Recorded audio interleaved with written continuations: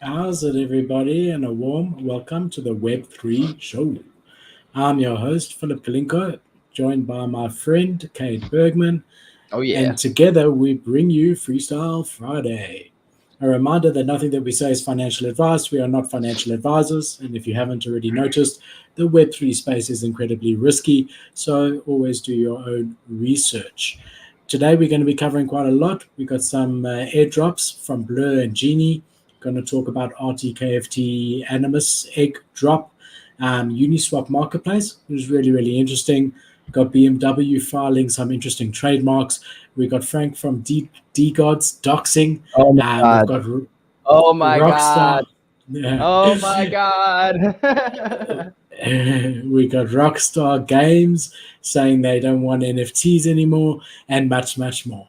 So before we get straight into it, let's just cover a market update. If you have a look over here.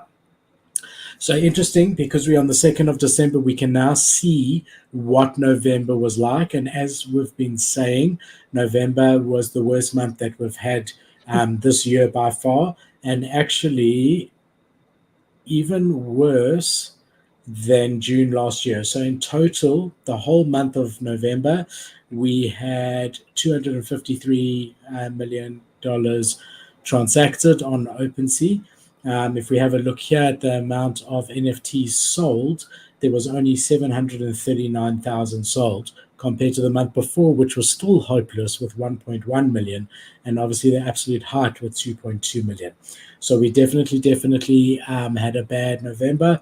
Hopefully, December will be a bit of a turnaround, but we'll have to see. If we look at all the marketplaces, OpenSea yesterday did $10 million.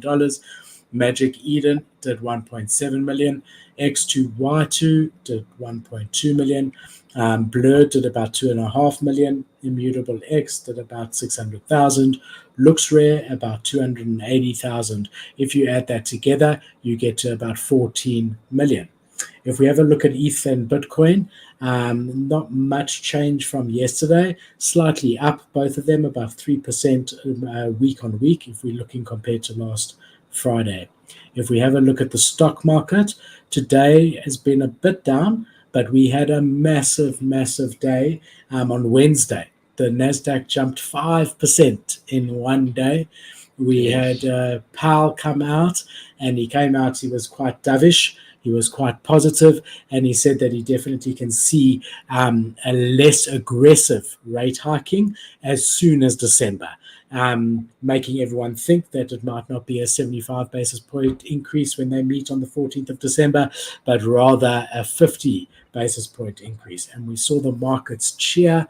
He did say that we're in for many, many, many more months of pain. However, no one heard that. Everybody heard him say that he's going to be that he can see as soon as December that he's going to be lowering the rate of increase, and it really was quite a cool day if you were in the stock market. So there has been a slight retracement, but overall on the week about 5% up overall, even with today being about 1% down. So yeah, that's a market update. Things are looking a bit rainy, but with little glimmers of sunshine coming through. Fire. I'm down with that. That sounds good to me. It's pretty much what we've already been doing, so it's like not a massive change. 100%. Well, So then TikTok. if we have a look at what's trending, we see that quite amazingly, 3D Invisible Friends is still trending on the last 24 hours. Sitting at a floor price of 0.55. We've got the Animus eggs, which just came out yesterday, sitting at a floor price of 1.2. That's the artifact drop. We got CryptoPunks with number 3 on volume. We've got two art projects at number 4 and 5. We've got Bored Ape Yacht Club sitting at number 6 with a floor price of 68.9. We've got Cellmates sitting at 0.8. And we've got Other Deed at number 8. Other Deed has really been on these charts for the last week. They've gone from about a 0.9 floor to a 1.3 floor. Not sure what everyone is so bullish about because I think we're still a long way out, but there's definitely been consistent volume in the last week. Consistent.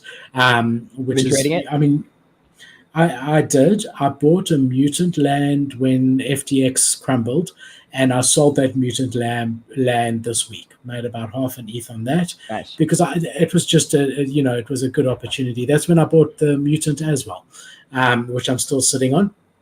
And then if we look at CloneX, they had this egg drop, and they've gone from an 8.8 ETH floor to a 7.2 ETH floor, which is interesting because the egg is 1.3 ETH.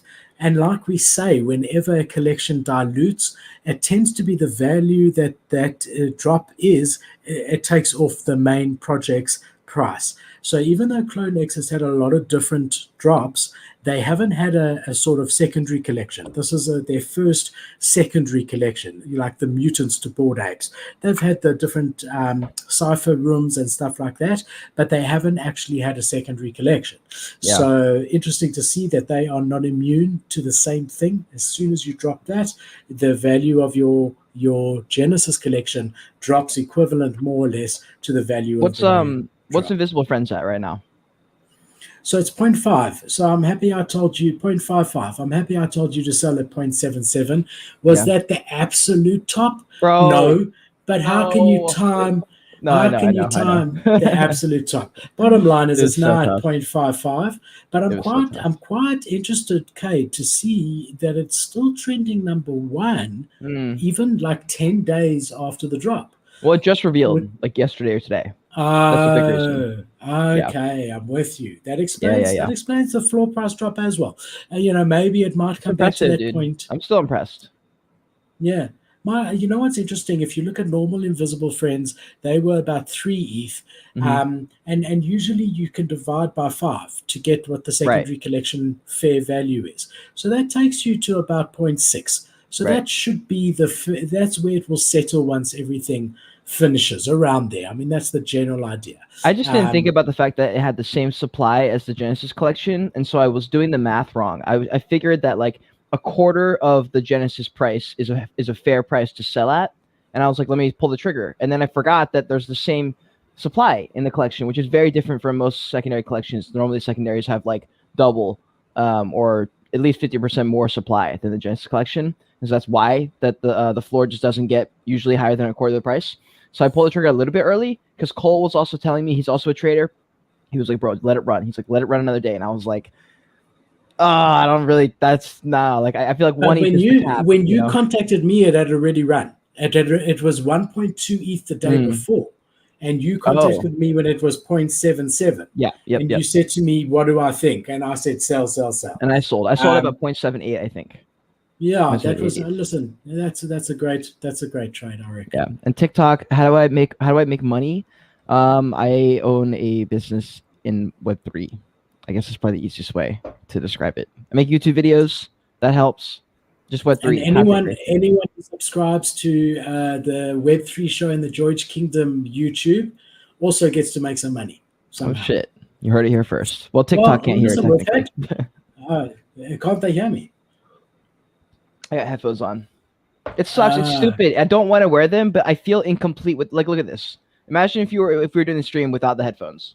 Look what I look like. It just doesn't make sense. It doesn't look as good as this. This completes the look. And so tell your TikTok crowd to come on YouTube and subscribe. TikTok people, please come to YouTube onto Philip's channel. The problem is I wish you used Restream, Philip, because I could automatically link it. Because right now, if they went to my YouTube, they wouldn't be able to, or if they type my name in, they wouldn't be able to find me. Because they I'm not like tagged. You know how like on Instagram or Twitter you can tag people? That's not really a thing on YouTube, I don't think.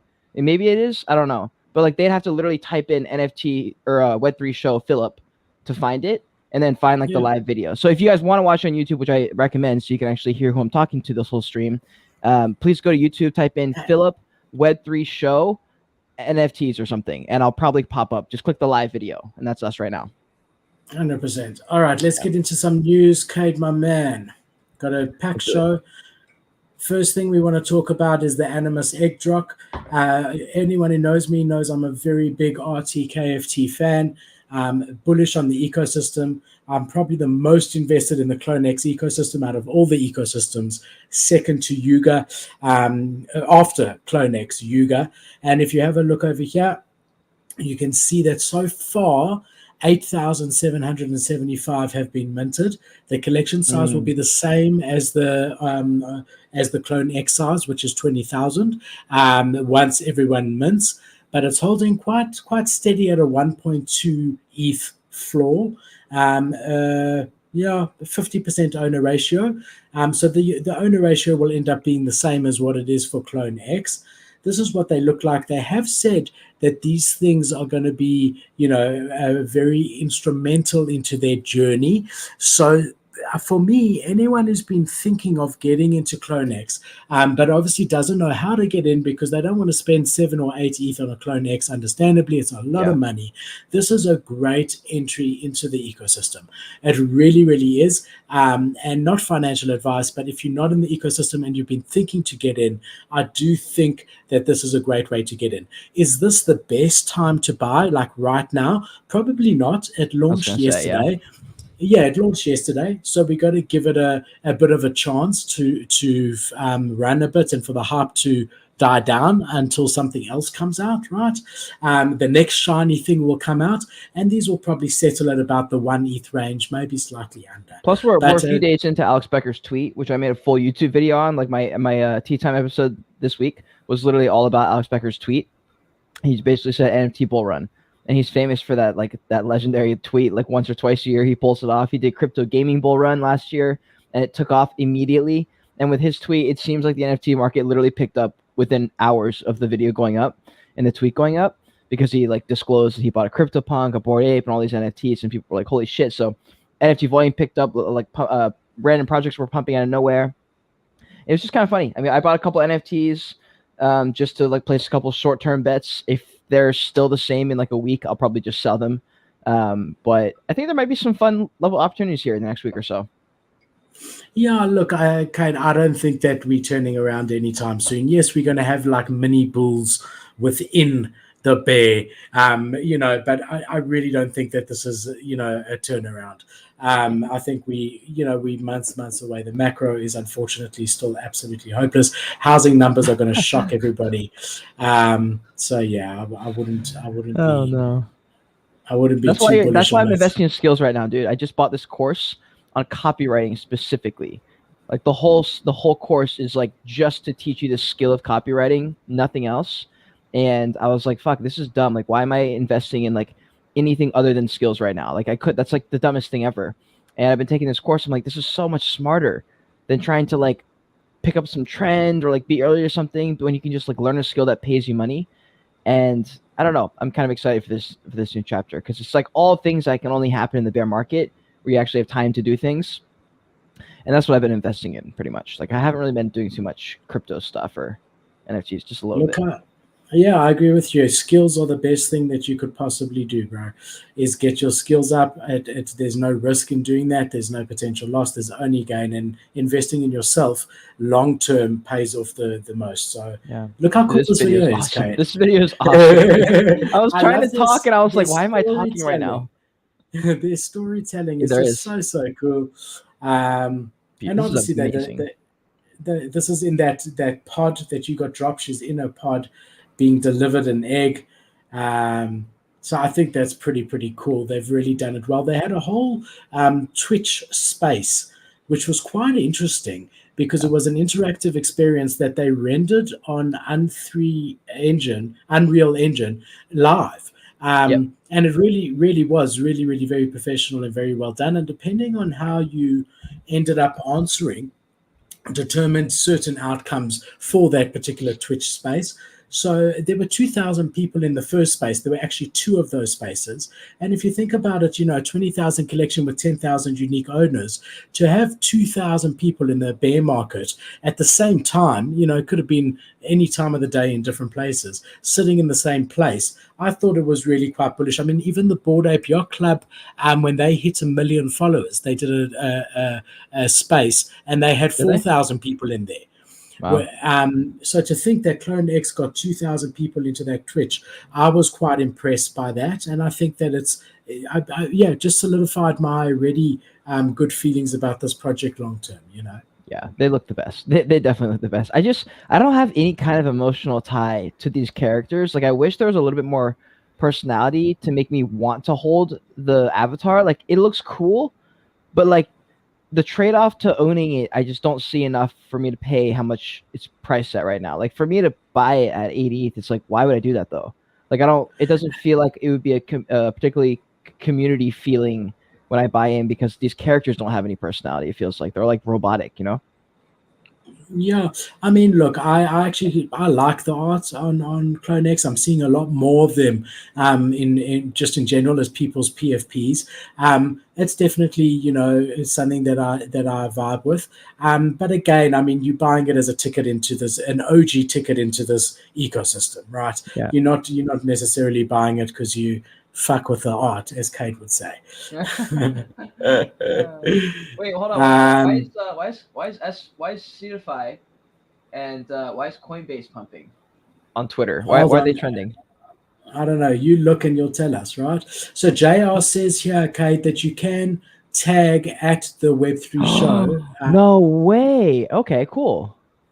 Okay, it's the Web3 show, at the Web3 show. Web3 show. Okay, so I'm trying to think. So if you if you tagged have to me tag though in the it. title, but if you tagged me in the title in the video, then if someone typed in my name, it would probably come up that I'm live on your channel, right? I don't know. Yeah, I don't know either. We'll have to test it out later. We'll figure it out, TikTok Sam, to make it easier. So then guys have been getting their hoodies, and this is what you can do with them with your AR. Been seeing a lot of people post with them. Yeah, But yeah, I mean, look, they're definitely very, very active, doing a lot of different stuff. Really, really cool. That's all the eggs. How cool is that? Jeez, that's really cool. Hey, what's up, Janix? I see you. In the research facility over here.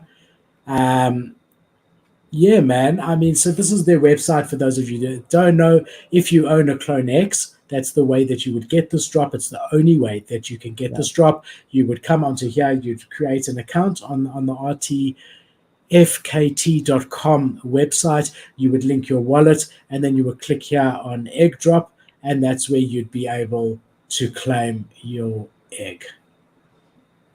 I like it. I like it a lot.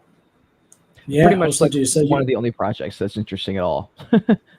Yeah, it was nice to feel alive again. So I was one of the first to mint an egg. I sold it at 1.4 Ethereum immediately. Damn. I put an offer straight away, a WETH offer, a collection-wide offer at 0.9. It dipped to 0.9. So I got another one. So pretty much half an ETH. And then I listed that at 1.2, went to bed, woke up this morning, it sold at 1.2. And now I've put an offer of 0.95.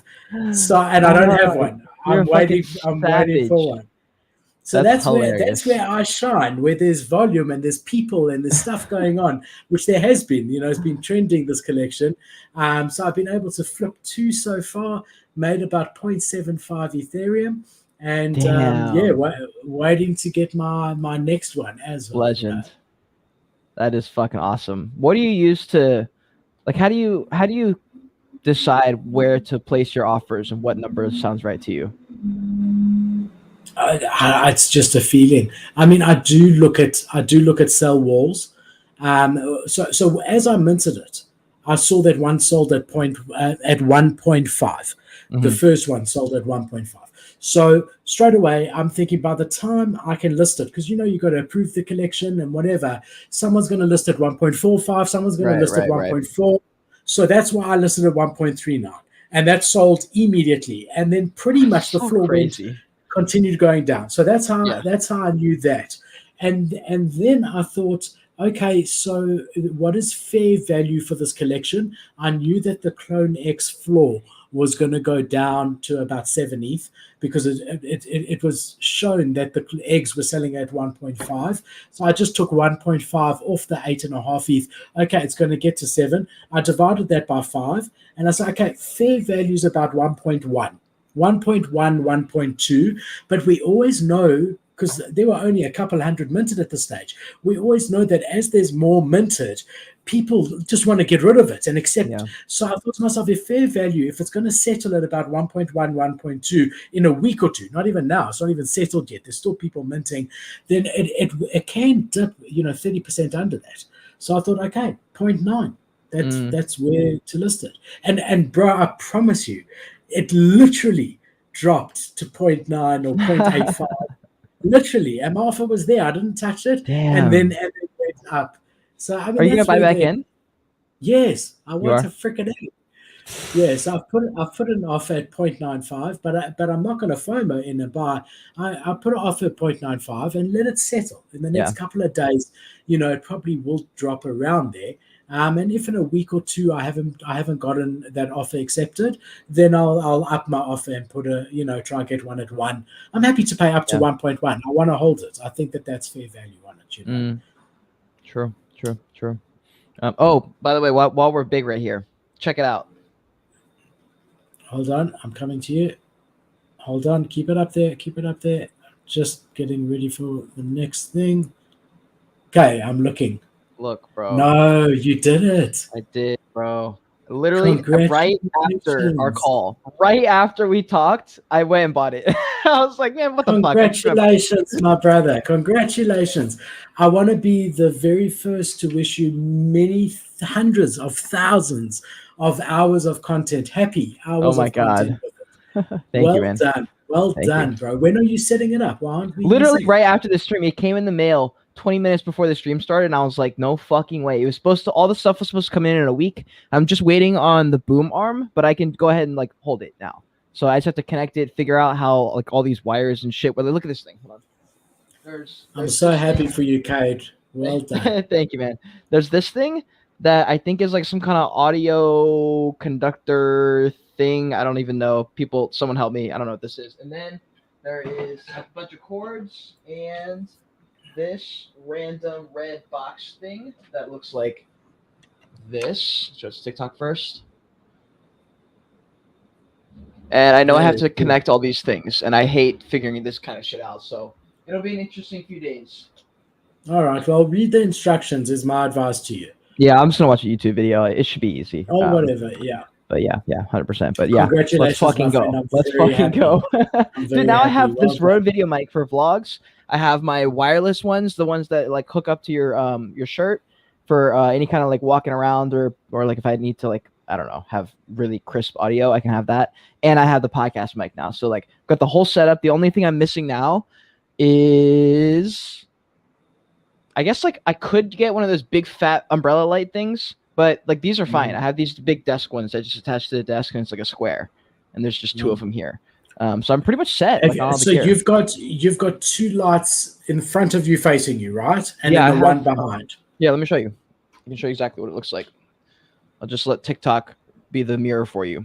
Flip camera. Okay. I feel like you're cheating on me with TikTok. No, that's your face. That's your face. Oh shit. Yeah, you're right. Okay.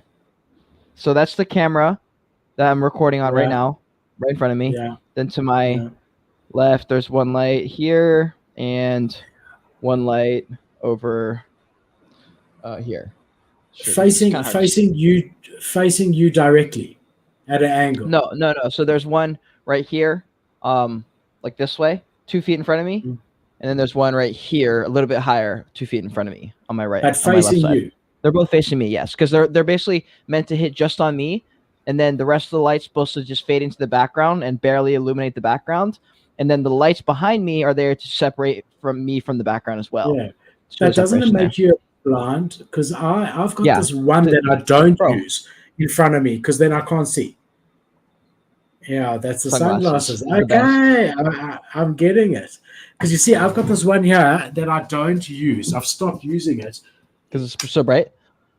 Yeah, it's because I can't freaking see the screen. Yeah. I can dim it slightly or whatever, but still, after a 2 or 3 hour stream, by the end of it, I can't see. Get a they call them diffusers, I think. Buy a light diffuser. That'll help. But that's part of the reason, like, when I first started filming and I was filming like 3 or 5 videos a day, like it was crazy. I was literally in front of the light every day for hours. And so I did the same thing. That's why I got the glasses originally.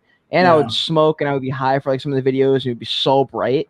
By the way, I did smoke before this episode. I just didn't tell you. I wanted to see if you would notice. I told everyone on Discord that I was like, I'm not sober for this episode. I'm gonna try and be a little bit lit for Philip and see if he notices the earliest we're I'm just ever getting been into it. If you start taking your clothes off, then I'll let you know. Okay. Oh man. Alrighty. So we've got ApeCoin launching their own marketplace. So Bored Ape Marketplace. It was voted for by the DAO. They have launched it.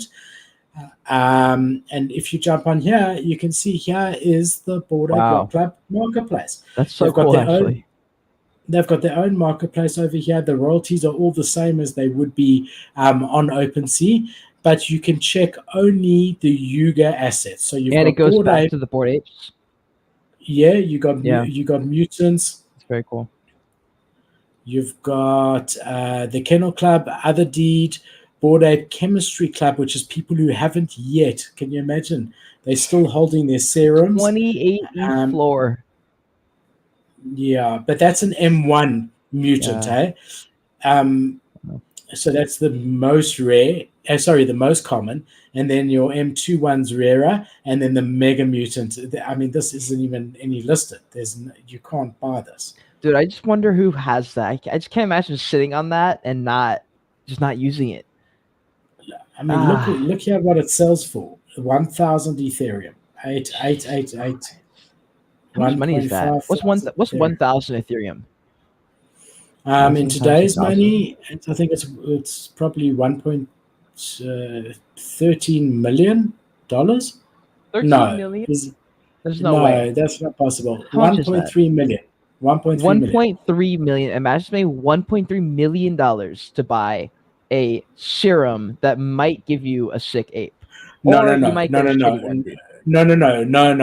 This is the Mega Mutant serum. No, like I know it'll be a Mega Mutant. You guaranteed a sick. What if it's ugly?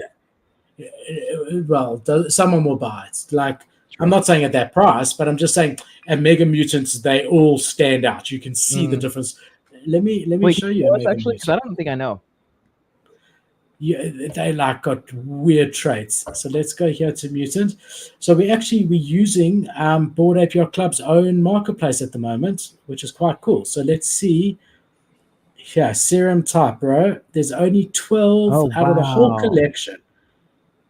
Let's see him. Oh shit. Okay. You know what? Never mind. You can tell the difference. I mean, like, this one is so cool. That one is so sick. How much did that sell for? Has it sold? No. Oh my god, the guy minted it. Not listed. Yeah, how cool is that? Wow, dude. But I get what you're saying. I mean, I don't particularly like this guy. This guy is my worst. I would be upset as fuck if I got that one. But you can see inside of him, it's listed for $9 million. Oh my god. 7,000 Ethereum. Wow. Yeah. So we're right. 1,000 Ethereum is 1.3 million. Offers. No. Like are these Mega Mutants ever selling for anything? Yeah, so remember we did that thing about 4 months ago. Mega One sold for, I think, $1 million or something. Wow, that's nuts, dude. That's nuts. But I mean, it's a very select market, right? Yeah, I was gonna say that's a cool one. I mean, go back real quick. I like it. I just want to see any activity here. So this one sold a year ago for 335 Ethereum. But remember, ETH was 3 times the amount that it is now. So it's probably still the same amount. Which one did you want to look? I was going to say, my favorite is definitely the one with the horns next to that. This one? No. This guy? Yep, that's definitely my favorite. And then maybe the one below it's also kind of cool, but that one's definitely the coolest. Your spirit animal. I like this guy also. But my favorite's definitely the Trippy one. This one here. Trippy's really good. The one next to the one with the light is cool. That one just looks like a T-Rex. A gold T-Rex though. If you go to the right side, but that one. Nope. Yeah, no, next to that one. That one looks kind of cool to me too. Which one? This one in the middle? No, on the right. That one. Yep. That one's kind of cool. I like it. Yeah, it looks like a computer glitch Mega almost. noise. Yeah, it's very cool. Very, No very soul. cool. So yeah, interesting because we're seeing a lot of people come out with marketplaces at the moment, their own marketplaces. What did interest me here, I was expecting to possibly see CryptoPunks and Meebits, and that is not the case. So again, you're seeing this very clear line between the CryptoPunk Meebit ecosystem and the Bored Ape Yacht Club Yuga ecosystem, and they're not seeming, they don't want to blur it. It seems like they want them to be treated completely separately, which in general I agree with, because I think CryptoPunks needs to be not touched. Yeah. However, like they're saying, they're not touching it. It's a historical art piece, but I don't know, including it in a ApeCoin marketplace, I don't think that would have tainted the brand in any way, you know. Yeah. Wait, hold on. Is Mutants at 7 ETH floor? I thought they were at 12. No. This is 7,000 ETH, bro. Oh. We're looking at the Mega Mutants at the moment. It just says So there's floor 7.39K. 7.39K. The K means I thousand, see. because there's only one listed, and that one's listed at 7,000 whatever. Oh, shit. Like, 'Cause actually, the floor for Mega Mutants is 7. Just for the Okay. Mega Mutants, Now, but got here's the mutant I was floor is confused. 12.7. Ooh, that one's nice. Which The one? two on the end on the right side. Those two. Those. Yeah, that one and that one. No, Those are both really cool. No, bro. So you're talking to a mutant guy here. Let me tell Okay, you a few things. First of all, these droopy faces are always on the floor. No one likes really? these droopy faces. What? I These like are the them. No, I don't. These are the Oh. worst traits. And body color in the same color, this green, this Yeah. light green sort of is the worst one. The ones that are the best are either, this one's got a bit of a grin, but the full grin. I'm getting roasted right now. The full grin over here, you'll see they're not even on the floor, bro. Those are the ones that are easiest to flip. Oh, So yeah, I'm seeing a pattern here. Half grin I don't mind, but the best ones, the only ones I buy, are the full grins, which I'm still not seeing, but I will see. Ooh, that one with the pipe. Wait, go back to the one with the pipe. No. Droopy face. Not that one. There was another that you scrolled past. This one. No. That one. That one is fucking, well, I actually can't tell if I like that. I like the pipe. I don't like the color. You like the pipe, yeah. I'll show you a full grin. It's called the M1 grin. Those are the best of the M1s. Yeah. Where? Oh. This guy. Yeah, those are pretty cool. The full grins. Those are the easiest ones to flip. This one's actually quite a cool one. I like him. Yeah. So yeah, man, that's what's happening over there. And speaking about marketplaces, we got Uniswap has just launched their trading platform. This is really interesting because it's an aggregator, meaning that it will show you every single marketplace in one place, right? So if I go here and let's do the Airdrop, because that's what I'm busy shopping on at the moment. You can see here, this is from every single different marketplace. So instead of going to X2, Y2, LooksRare, OpenSea, and Blur, and trying to find where it's listed the cheapest, in theory, you come here, and this will show you all of them listed absolutely everywhere. Very cool. Very, very cool. Uniswap and Telegram is also another company that's trying to break into Web3.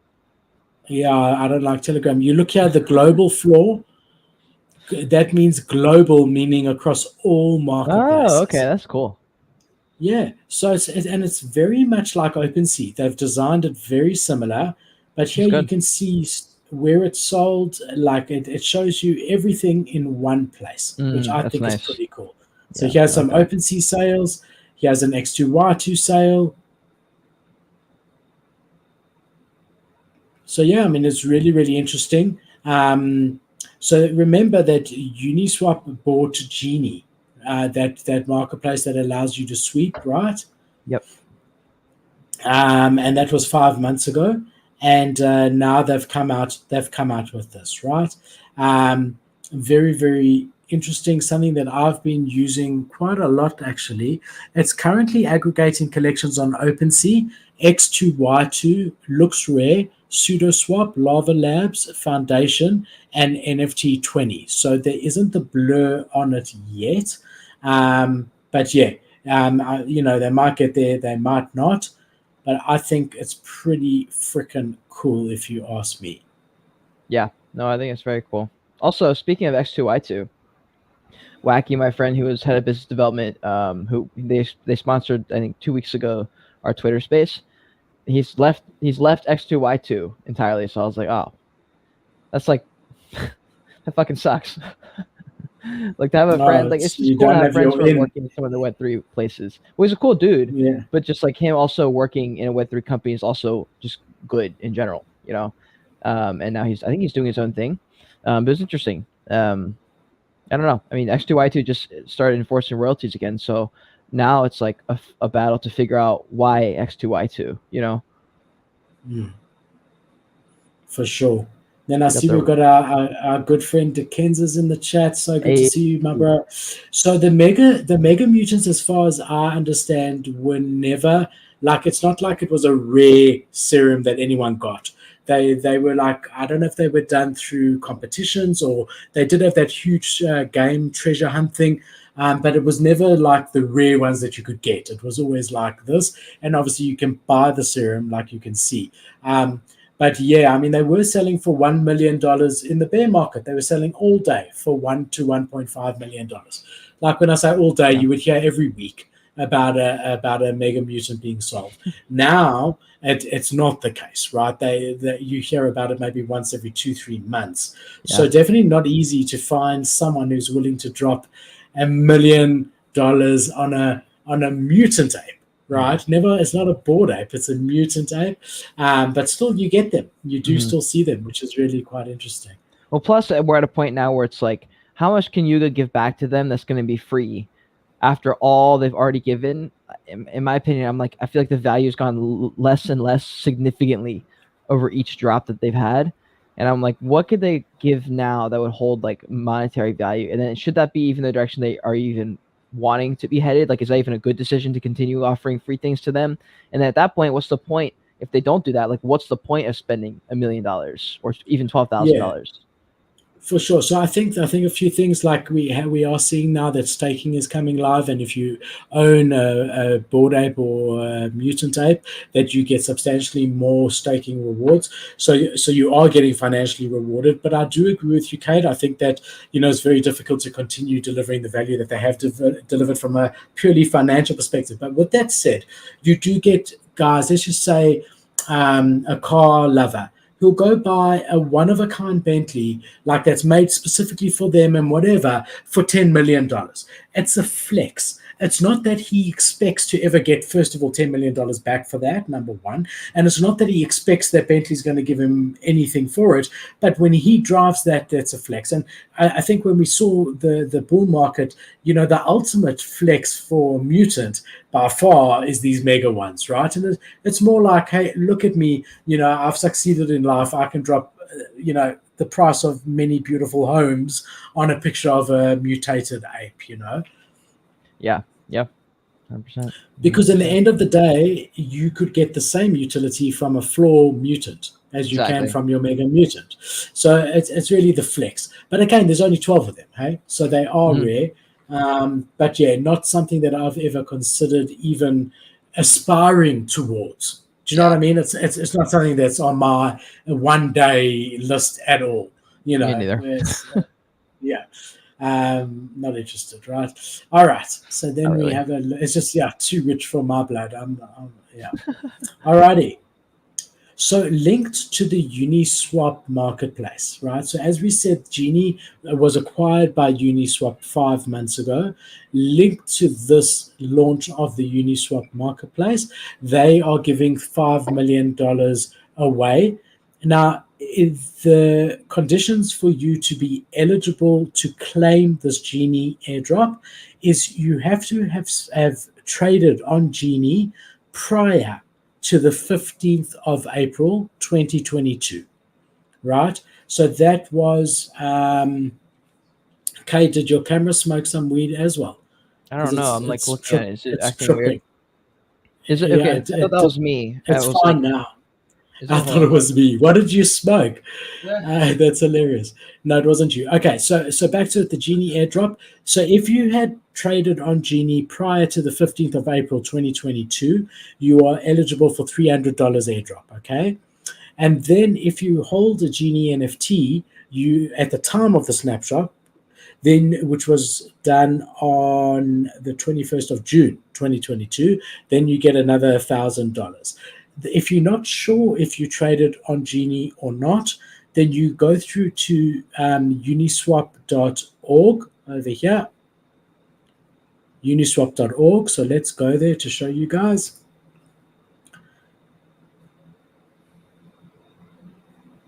Okay, go to launch app.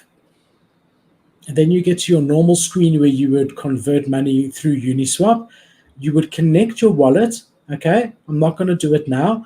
If you did trade and are eligible for the airdrop, after your wallet is connected, it will show your wallet address here, and you would click this arrow and it would have a claim button over here. Okay, Right. so that's how you know. If you're not sure, that's how you would know, and that's how you would get either $300 or $1,000.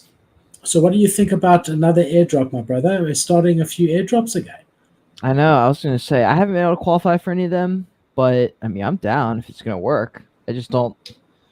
I don't know. I just don't know how it's. I feel like we didn't question it in the bull run of like how these things came to be, and now I'm sitting here like, how does this happen exactly when there's like not a lot of volume and like things that are required to, I thought at least, to give these things like actual credibility. Yeah, so no, I mean Uniswap's got been funded. They've got quite a huge war chest, and I think this is a good way to get your name out there. I mean, in the end of the day, you're launching a new aggregator marketplace. You Yeah. want to advertise that marketplace, and what better way to get two guys like Philip and Kate and everyone else who's talking about it to talk about it than giving away $5 million. Based on whether you've transacted on Genie before or not. So either they could take out ads and try to target the right people, or they could do something quite cool like this and get it really spoken about and get it to be the buzz of the town. Yeah. Yeah. Yep. So it's marketing, it's advertising. Good point. Alrighty, and then keeping on the airdrop side of things, I have been hearing rumblings, not confirmed, but from a few sources, similar to my sources, not the same people, but similar to the rumblings I'm hearing that Mark Zuckerberg is stepping down next year. I've been hearing rumblings that MetaMask is going to be doing an airdrop. Whoa, that would be crazy. Yeah, I've actually seen it in 3 different places. It hasn't been officially launched, but I have seen it.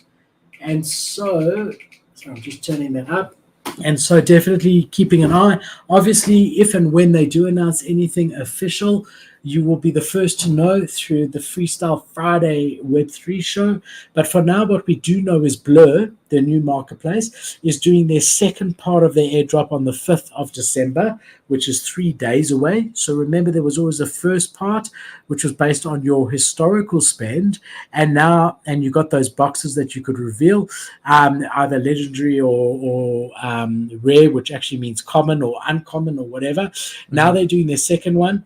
They've said that this one is based on your trading volume and listing on Blur Marketplace. Since they launched, it is still open. So if you haven't listed, on Blur and you want to be eligible for these airdrops, it is worth listing a couple of NFTs on there. Even if it's at doesn't sell, even listing will get you some of the airdrop. And that's going to be done on the 5th. So it's just going to be more boxes. It's not going to yet be actual tokens or money, but they said the airdrop's going to be 10 times bigger than the previous one and will include a reveal all button to save everyone the time of having to open up all their boxes. Yep. True. Dude, Blur, please save us all from this bear market. Zeneca, please save us all. Everyone thinks you can, so please do it. Yeah, I'm just reading what Dickens is saying over here. Speculation that the reason for the up collecting of MetaMask is to prevent people from trying to game the airdrop. I think he means the IP collecting. There's been a whole thing that MetaMask collects your IP addresses. They did come out with a statement saying that they in no way ever make that public or monetize that. But yeah, I mean, that could be cool. Janex, hopefully that airdrop happens. If it does, I'm going to be in the money, bro.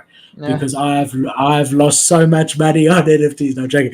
I've traded so much NFTs that if MetaMask does an airdrop, I would get on various wallets and I would get quite a lot. So I'm hoping for it. You would do very well. Very, very well. I really hope they do it. So there will be multiple rounds of the Blur airdrop. Airdrop 1 we know about. Airdrop 2 is for traders who have actively listed on Blur through November. Airdrop 2 will be bigger than Airdrop 1. The airdrop mechanisms ensures that traders who actively use Blur will be the ones who get the most tokens. How it works, the more you list, the more you earn. Listing blue chip collections helps. Listing more active collections help. Using all of their listing tools help. Don't try game the system, i.e. constantly relisting NFTs at unrealistic prices, etc., etc. Then they've also said that loyalty is a snapshot of how many NFTs that you've listed, and depending on that, you'll get more of the second airdrop. And opening like airdrop 1, you'll be able to open different packages for the airdrop 2. And January is when the Blur token is being launched. And at that stage, I imagine that people will be able to trade in their boxes to get some actual Blur token and hopefully convert it to Ethereum. Lit. I'm down with it. I don't have too much to say about that, honestly. Like, I'm not too dialed into the Blur situation. I just haven't heard anything that's like so life-changing for me to like particularly care, other than the fact that I'm going to get an airdrop. And I hope it's going to make me rich. The Blue one, unless you like actively trading quite hectically, I don't think it's going to make. Or you could get lucky. I heard you can get lucky, but I doubt it. Lucky with the Blue airdrop. Yeah. Like how? I don't know, like some kind of wild card where you don't think you're going to get any kind of rare package or item or anything worth anything, and then there's like some element of randomness to it, but I don't know if that's true or not. I just heard that.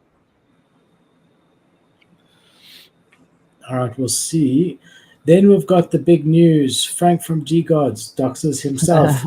So I've been saying for a long time, like you asked me, Cade, why did I buy an OK Bear over Degods? And my reason was very simply that I don't trust anyone who can't show me his face.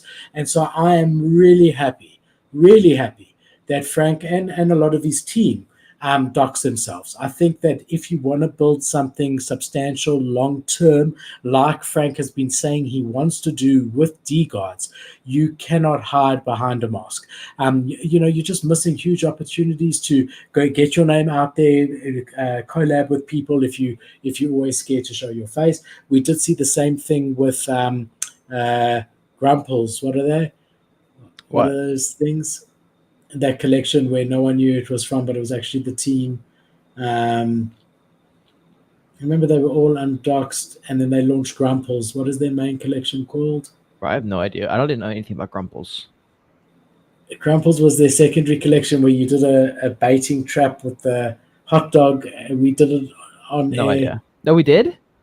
Yeah. I can't remember. What are they called, man? That collection Corkies? that launched the... Corkies? No, man. Just throwing The out free names. mint that went... Listen to me. The free mint went to Goblin Town. Thank you to Kansas.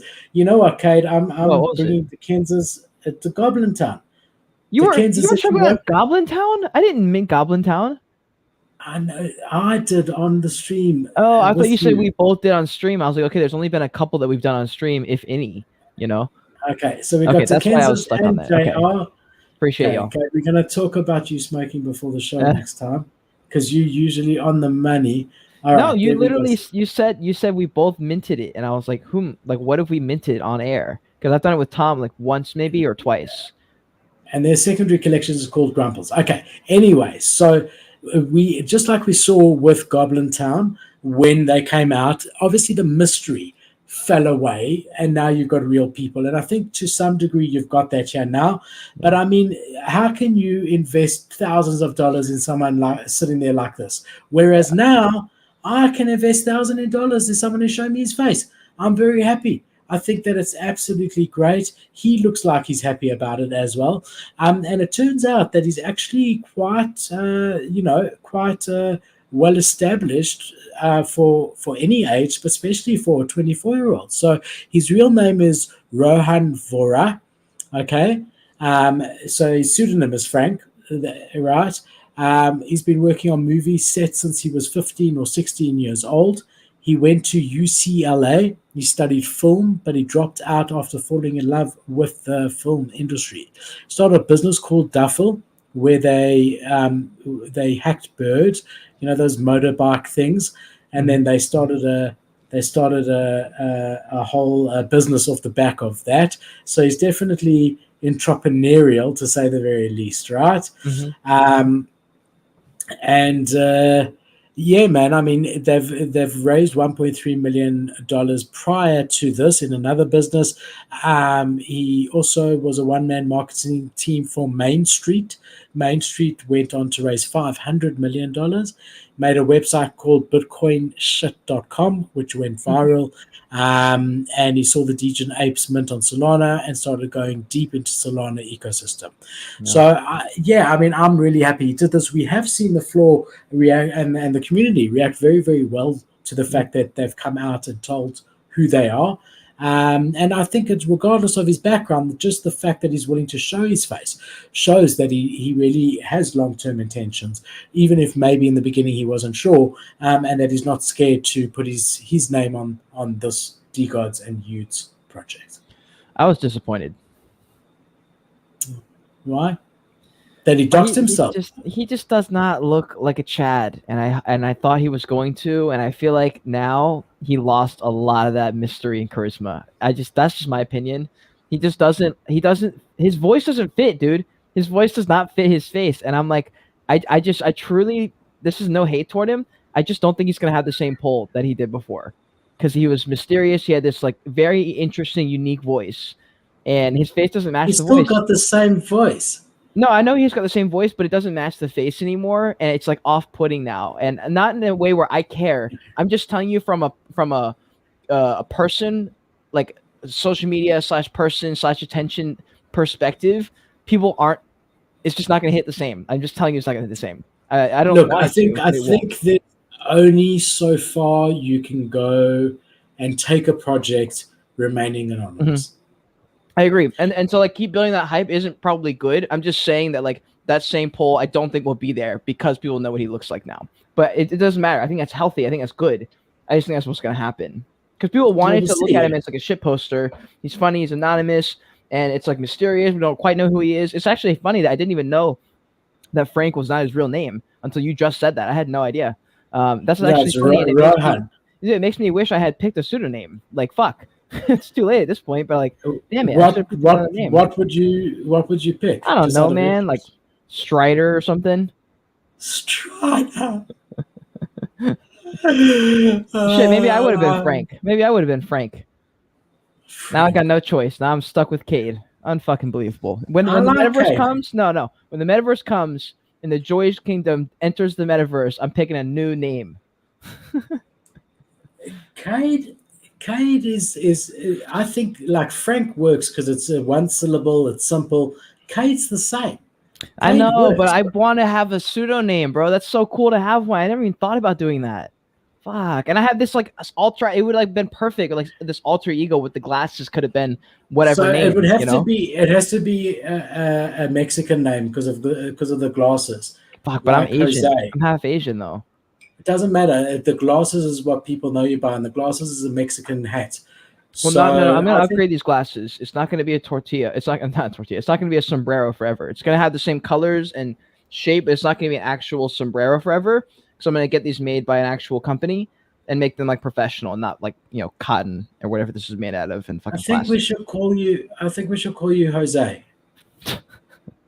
No, I don't want a pseudonym if it's going to be lame.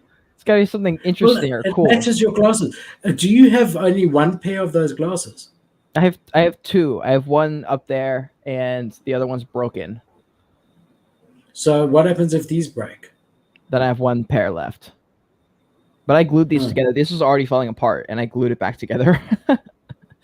So I hope at some point in 2023 I get these professionally made. So well, the same way that you revealed your new microphone, I'm looking forward to the day that you reveal your new. They're gonna be sick, dude. They're gonna be sick. Get a couple made though for yourself, because if you break them or lose them, should I get the ones where you can't see the eyes, or would that be weird to like literally not see my eyes at all? No, I think it's important to connect to the audience to be able to see eyes. I really do. I think it's very important. Like, I'll get both. I'll get one that's like where you can't see any. It's like fully reflective, and that'll be for when I go outside. And then I'll get some where you can see through for the videos. Cool. Who's making them for you? No idea. I just know a few people who know people who work in sunglass manufacturing, and so I'm hoping those connections pay off. Yeah, just don't let them charge you too much, right? Well, I mean, if it's just for a premium, like a couple custom-made ones, I don't mind paying a little bit more. But yeah, no, I'll try and I mean, they're my friends, so no one will be sick if you did like Oakley, like a proper get Oakley to design in time. I'm saying 10 years, 15 years time. Did you see Izu's tweet at me? No, dude. All right, hold on. Also, you had him on your stream. I did, and check this out. So also, don't let me forget, Crypto Dream. His question for the AMA. I've got it. We'll get there. We'll get there. Well, no, I'm saying that because it's on my phone. Yeah, no, we'll get there. What am I showing you again? Okay. You're showing me Izu's shout out to you or something. All right. So Izu tweeted at me when I posted a picture of my clothes, and they said, "When Joy's Kingdom Izu collab," on a picture of my clothes. And I tweeted back, I was like, "You say the word, and like we'll make it happen or something." And then Kyle DM'd me. You should have said yesterday. Kyle DM'd me, who's the product manager, and he said, "Yo, let's talk after the holidays." And I was like, "Awesome!" Could you imagine? Joy's Kingdom is the first like Web3 YouTube content creation clothes business that collabs with a Web3. Like that'd be such a flex to be able to say. Be like my company collabed with a Web3 wear to earn.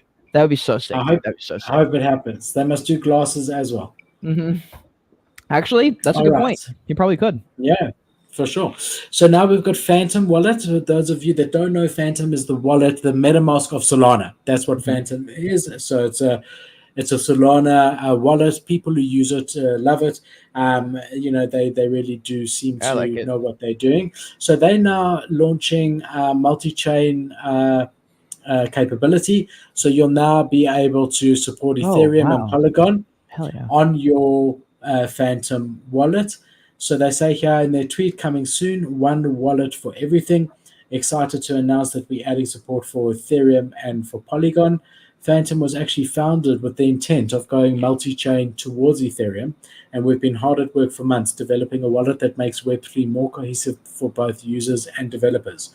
And by partnering closely with Polygon team, we are offering a first-class wallet experience for the rapidly growing number of games, NFTs, and apps. It's clear that self-custody is now more important than ever, but the multi-chain feature feels uncertain with how people are expected to manage different wallets or different chains.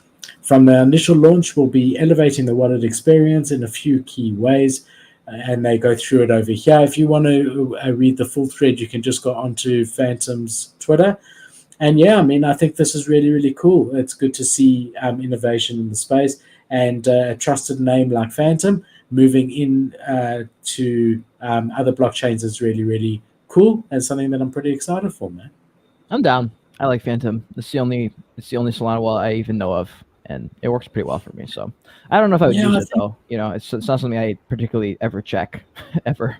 But so I think that's the point, is that you know, once they launch Ethereum and you try it out, you, me, whoever, one might enjoy it more than MetaMask, and might end up using Polygon as their main. It's just it's very similar. Like there's no, like for me, there's no benefit to using Phantom over MetaMask. I'm just more comfortable on MetaMask because I've used it more. Yeah. It'd be hard for me to get away from MetaMask just because they offer it. Like there's something that brings me to Phantom particularly. So I think they should offer something. I'm exactly the same as you, because I've been, you know, MetaMask was my first wallet. I'm more comfortable with it.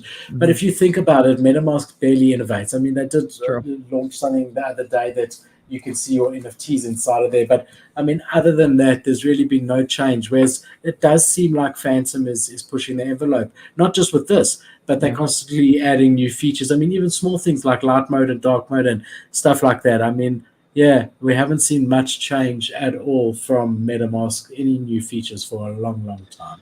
Dude, and the bots from MetaMask are crazy. If you even mention the word MetaMask in a tweet, you get bombarded with bots. It's like, hi, we can help you out. Please send a message to MetaMask support _834725X. And you're like, okay, yeah. Yeah. So fucking annoying, dude. All right. Then we have Animoca Brands has confirmed that they are starting a $2 billion Metaverse fund. Jesus Christ. They got money, bro. They got fucking money. They do. Animoca Brands, very big name in the space. They actually primarily invest in Sandbox. They're a big investor in Yuga. They recently also started investing in Cool Cats and many other gaming and or NFT projects that they see going into the gaming space. Animoca Brands is very well known specifically for gaming.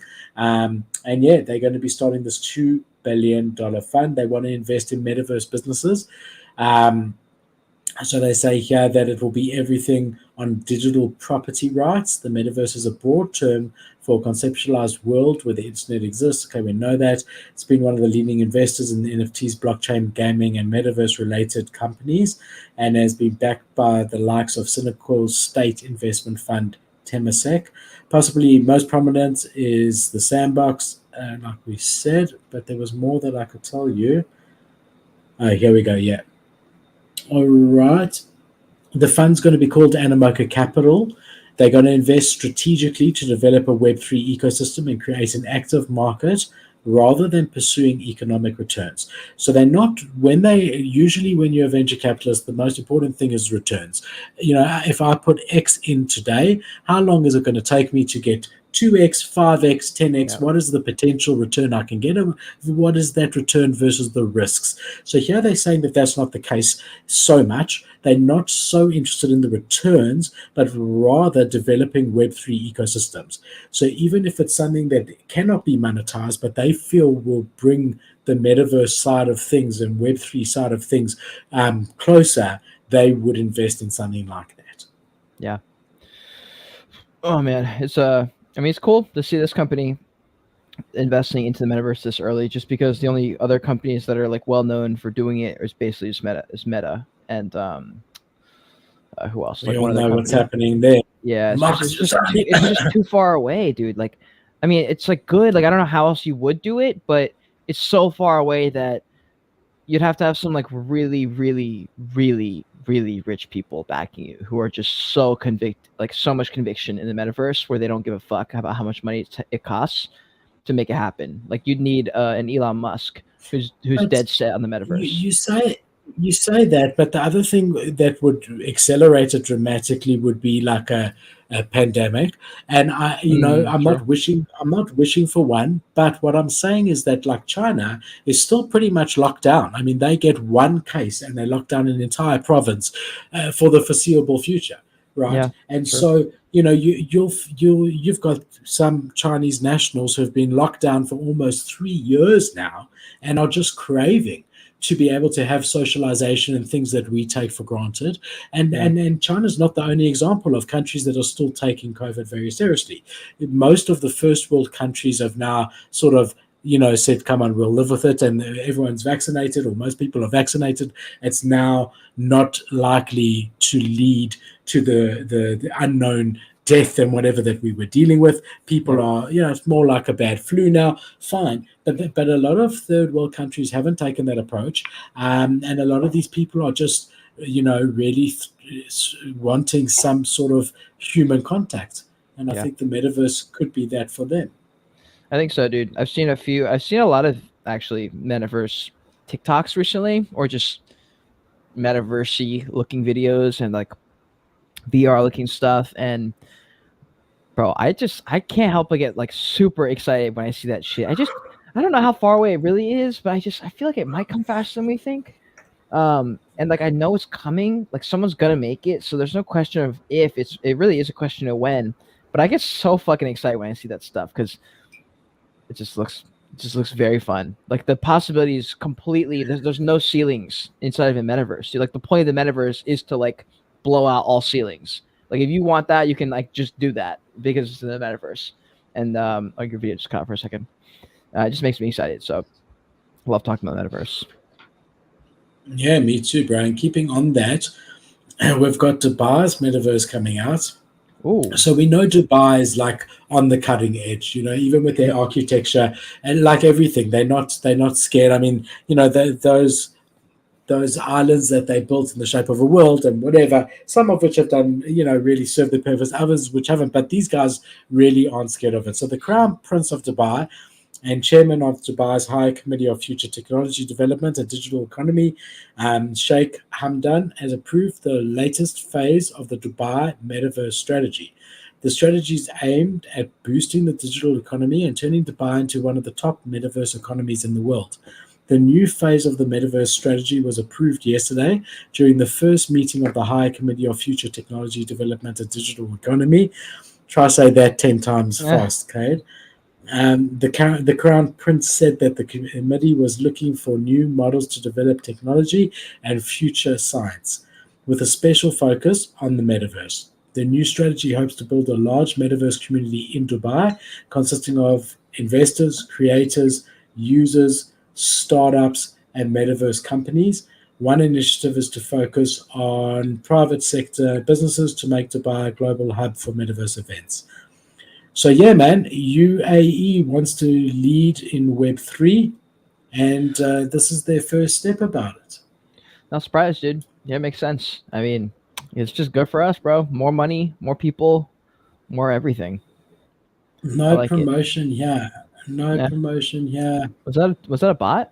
Here's this. Afon. It might be about no promotion. If you do that again, I'm going to have to boot you, my brother. Please don't. All right. We got Rockstar Games. So these are the guys. I mean, this is a huge gaming place, right? Yeah. Grand Theft Auto. Rockstar Games is the gaming company behind Grand Theft Auto, and they've come out and they've said that they're not interested in NFTs, crypto, on any of their servers For whatsoever. now. So, uh, so we saw the same thing with Microsoft, right? We saw the same For thing now. over there, and yeah, I mean, but for the foreseeable future, I think it will be quite a while before these type of companies turn back on it, right? Yeah. Alongside with Web3 native game built around NFTs, there was a lot of fan attempts to add NFTs and crypto tokens to popular online games like Grand Theft Auto. We saw the same thing with Minecraft. We know that Microsoft banned that. That really affected NFT worlds.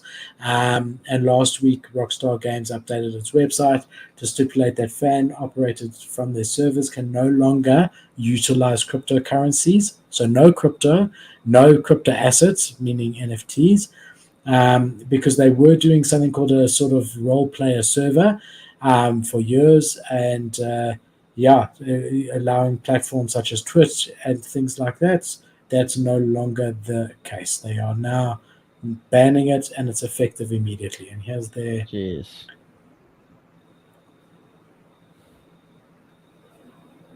here's their thing. It's been brought to our attention that we've been notified from the legal counsel. It sounds like, guys who sit next to God himself, of Take Two Interactive Software, parent company of Rockstar Games. We've been asked to cease all operations on trenches. With heavy hearts, we received this news, which is unfortunate for the team and most importantly for our community. We have no choice but to comply with their demands. We'll be working with them to find an amicable solution. So this is very, very similar to what we saw happen with NFT worlds, right? Yeah. And Minecraft. Yeah, man, that's tough. I mean, I don't really have much to say other than that, like that's just shit luck. Because you can invest in something like a Fuzzy Fountains was an example where I was really excited about it. As long as they didn't get sued, or as long as someone didn't shut them down, they're gonna do well. And then they got shut down, and it was just like that blows because you just invested in all that, but there's a risk that they just get shut down and you lose basically everything because no one's gonna buy it, and that just happens. Happens sometimes. Imagine you were at NFT Yeah, Worlds though. I think actually you were part of that, weren't you? very much so. Not part of the team. Right. I had a lot of worlds. Um, I wasn't burnt by it. I actually sold out prior. I didn't have insider Mhm. knowledge that it was going to happen. You But did? remember, I clipped. I didn't. I Oh, didn't have insider knowledge, but I was speculating that it could, and I even clipped it from our stream a couple of weeks before the announcement, oh. saying that this was one of the big risks that was worrying me about NFT worlds. Yeah, true. Um, True. whenever you're reliant on like one customer or one supplier or one whatever, you at huge risk. So I remember True. when I started Perk and I was studying and I was doing those jobs. One of those jobs was I was working in pharmacies. I was selling supplements for a company, like protein shakes and things like that.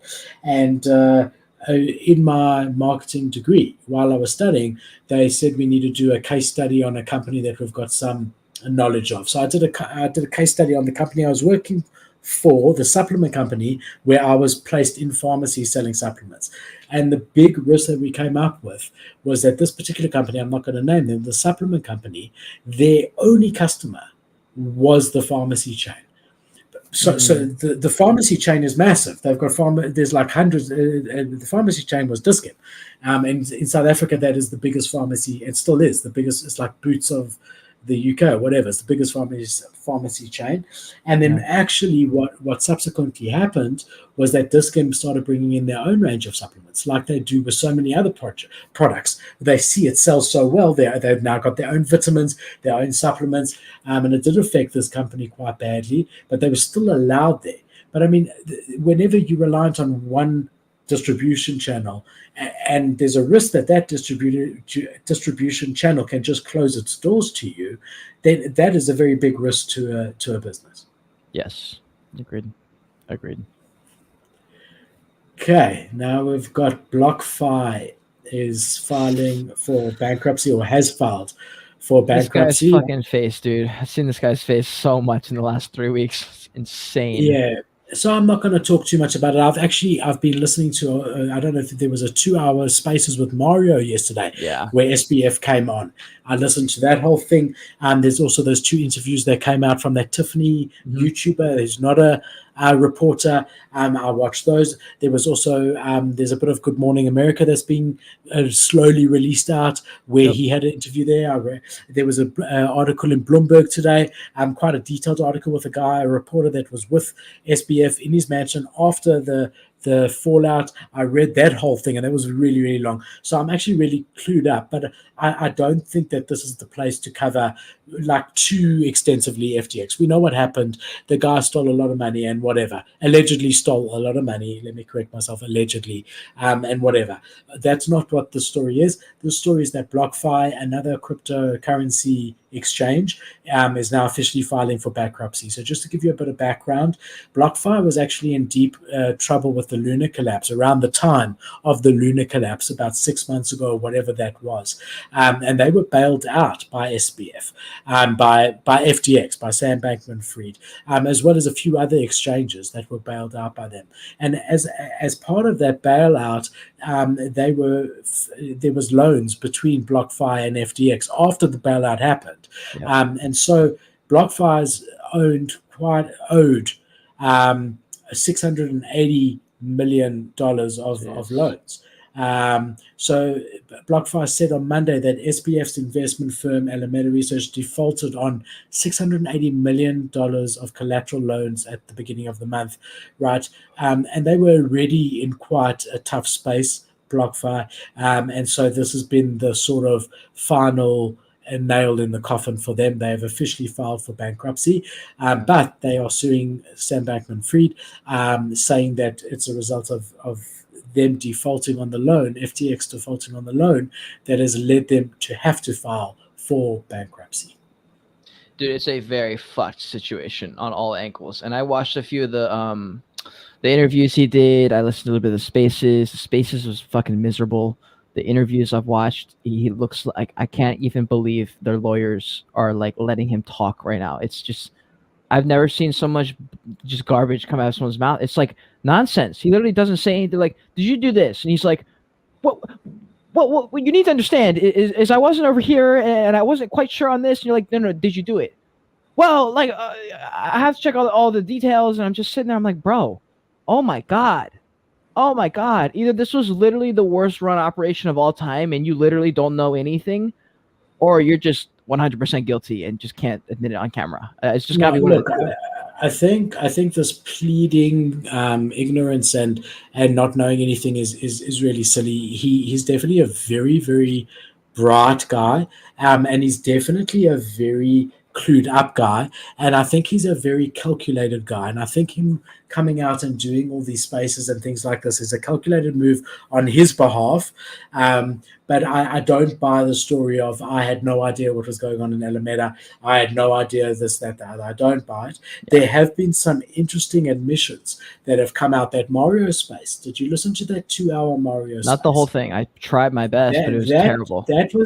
That was really interesting because you know me, I do like listening a lot to Run Nunye. I really do like him. I really respect him, and he was one of the speakers there. And you know, when SBF was being sort of pushed on how could you have used clients' funds to make investments through Alameda, SBF went on to say, look, you know, it's an exchange and people know that, you know, they're trading. And Run made it so clear. He said it a few times in different ways that, hold on, if I literally took $20,000, bought one Bitcoin through silver, whatever.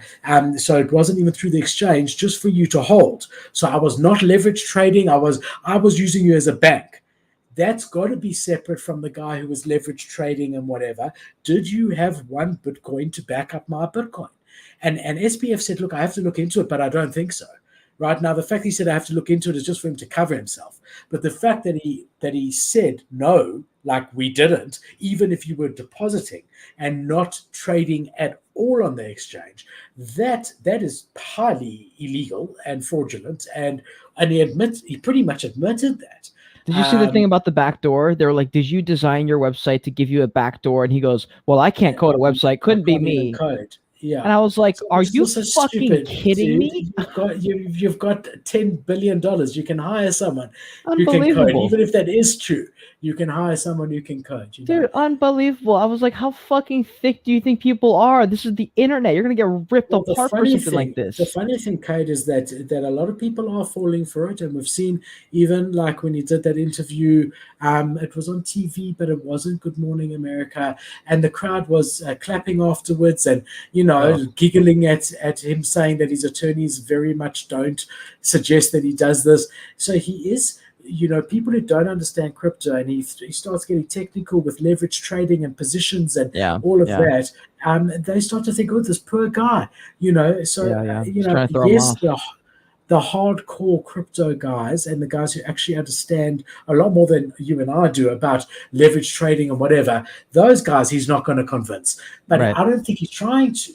I think he's trying to get really good public support. What do you think? Are we going to talk about BitBoy's whole extravaganzas? Well, we can. Now's a good time if you want to, because it sort of leads into it. Dude, so what have you seen the videos coming out with him in Art Basel? No, I thought you meant with him in where's SBF from? Oh, I mean, yeah, he was there. He was in the Bahamas, like doing some vlog stuff. That's the last videos I've seen of okay, well, he's at Art Basel. He was speaking on stage, and some lady comes out and was like, "How are you gonna say all this stuff when you're a scammer?" And he just loses his shit on stage. He starts yelling at her, calling her a child molester, a murderer. And it was unbelievable. He's like on stage. She's like, "Look, I have proof. Like, you can look at this thing and like this." And she starts pulling up real proof against him. And he literally goes, "Well, you're a child molester. Like, you're a murderer." Like on stage with a microphone. And I was like, "What the fuck?" And like the video started going viral. It's going crazy right now. Just type in BitBoy. Hold on, I've got it. Hold on. Let me remove. Guys, I want to see. Let me know what you guys think about this video. I'm sure. Just do something. Oh, Kate's gone. Oh no. Oh, he's back. Oh, you're back. But your color is very different. Something. Oh, you're gone. Oh, you're back. I want to share with sound. That's why I actually took off the shares and now I'm sharing again. All right. And I'm going to say this looks like the right thing. Let's see what Kate's talking about. we need to go and investigate a few different sources of truth before we go out and say, okay, this is something that I stand by. Because as we have seen in the space, if the project goes down, who is the first one that gets impacted? The person who stood for the project, right? Well, first of all, I got to say, I wasn't aware. So it looks like this is BitBoy Crypto here. He's not talking yet. For the audience. Here, this is not the clip, so that's a 15-minute clip. Just go on Twitter and type in BitBoy. But for this, I'm being neutral, so You'll find like a 30-second video. Creator or a business owner. It's not this one though. It's not the stage either. You want the best for No, okay. No, just go to Twitter and type in BitBoy Art Basel or BitBoy. Yeah, just type in BitBoy Art Basel. That'll work. That's what I did there, but I'll try it on Twitter. BitBoy Art. Yeah, because that's where it's trending on Twitter. Hey, Cage. Let's retweet your tweet. BitBoy Art Basel. Hold on. I'll see if I can find it too. No results, bro. Nah, hold on. It's here. That's weird. One sec. How do you spell Basil? Bassel. Is that right? Basel.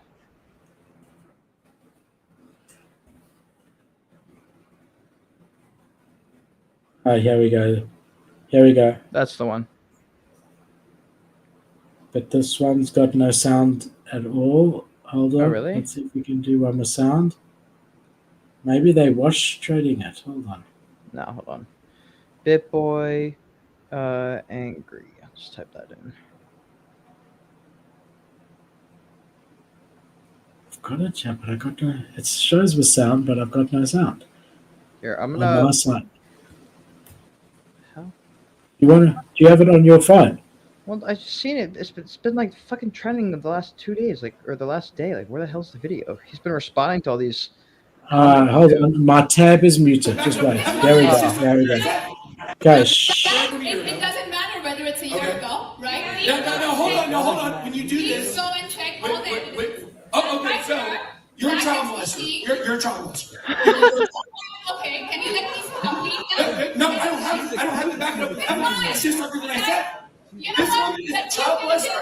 She's a murderer.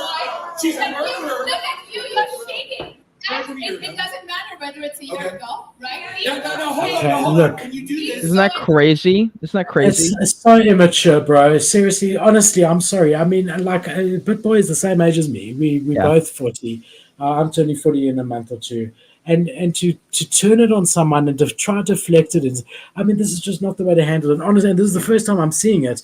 Yeah. And then to actually like, it seems like she's got proof. She says she's got proof, whatever. She did. It was bad. But he's trying to call someone in public a murderer. Yeah. Even though he's trying to make a point, I understand what he's doing. That's highly illegal. Trying to get clicks, dude. No, he's pulling Colby Covington right now. No. You're saying, I think he's saying what's stopping me from just saying that you were a murderer, that you were a child molester, like you coming here and saying that I'm a thief or whatever. No. What I'm saying is he's aware he's on camera.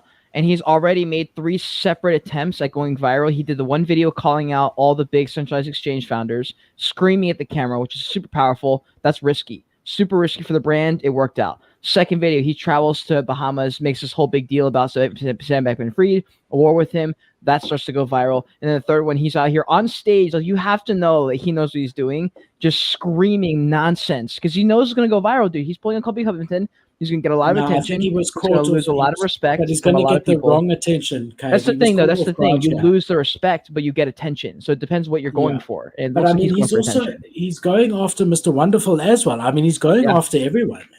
And Kevin O'Leary. And the problem here is that he's like, look, I mean, I'm small fry. My main thing is not necessarily YouTube that I've been doing for a year. I've got other things I'm proud that I've achieved in the amount of time that he's achieved. Like in 20 years, I've achieved things in other aspects. So I'm not trying to pretend like I'm big on YouTube and he's not. I'm not.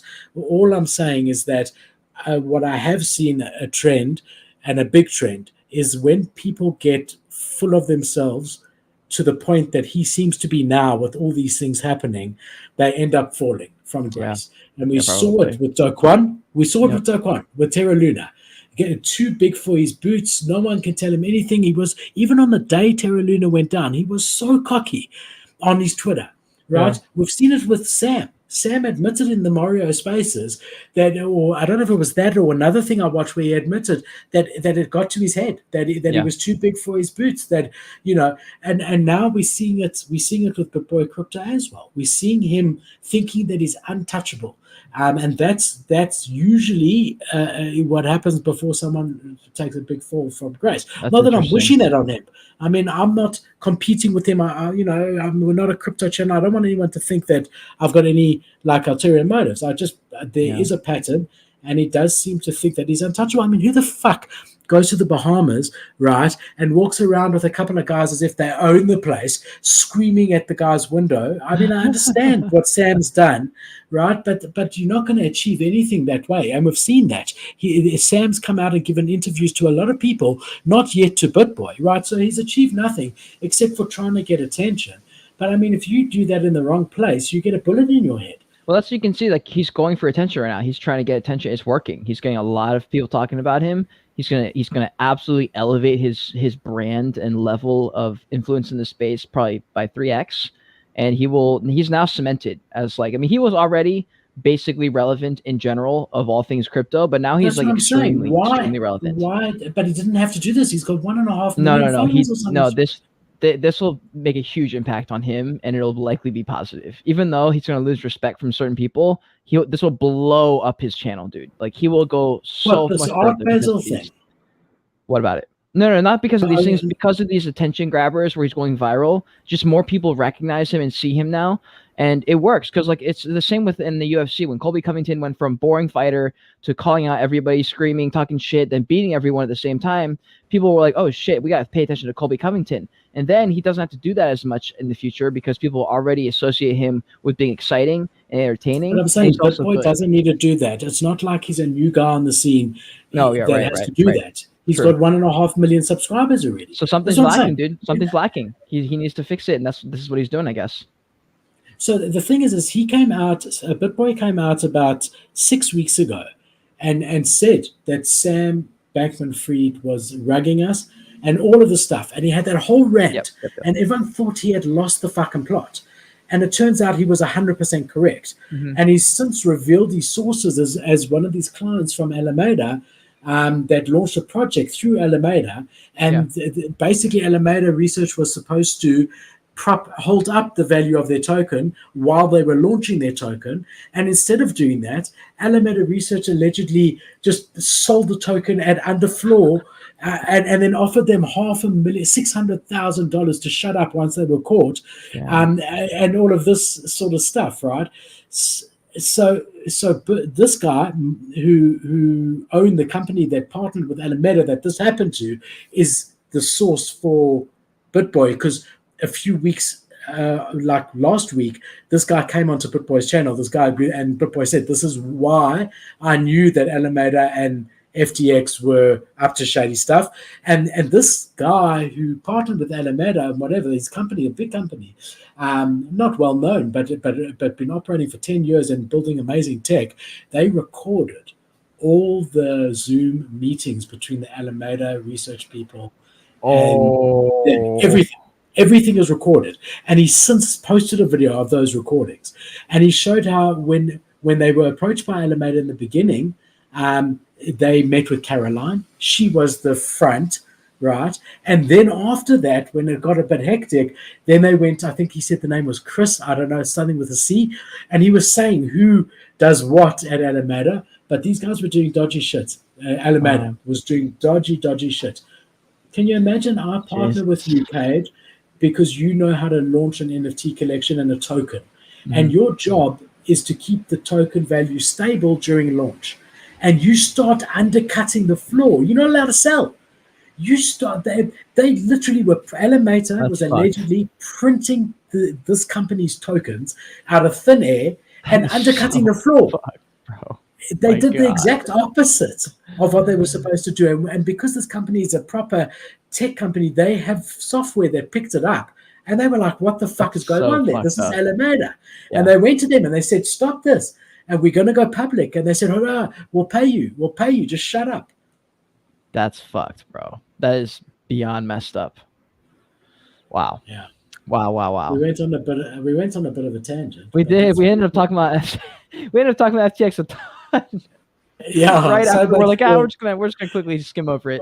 Yeah. But listen, it's big. It's big in the space. I mean, but once you Yeah. start, you can't stop. Let's That's stop. true. Okay. So let's move on to What else our we got? next thing.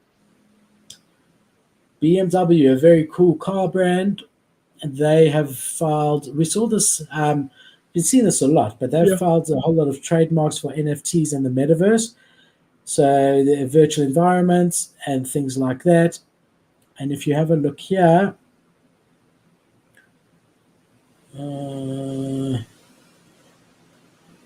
let's make it bigger.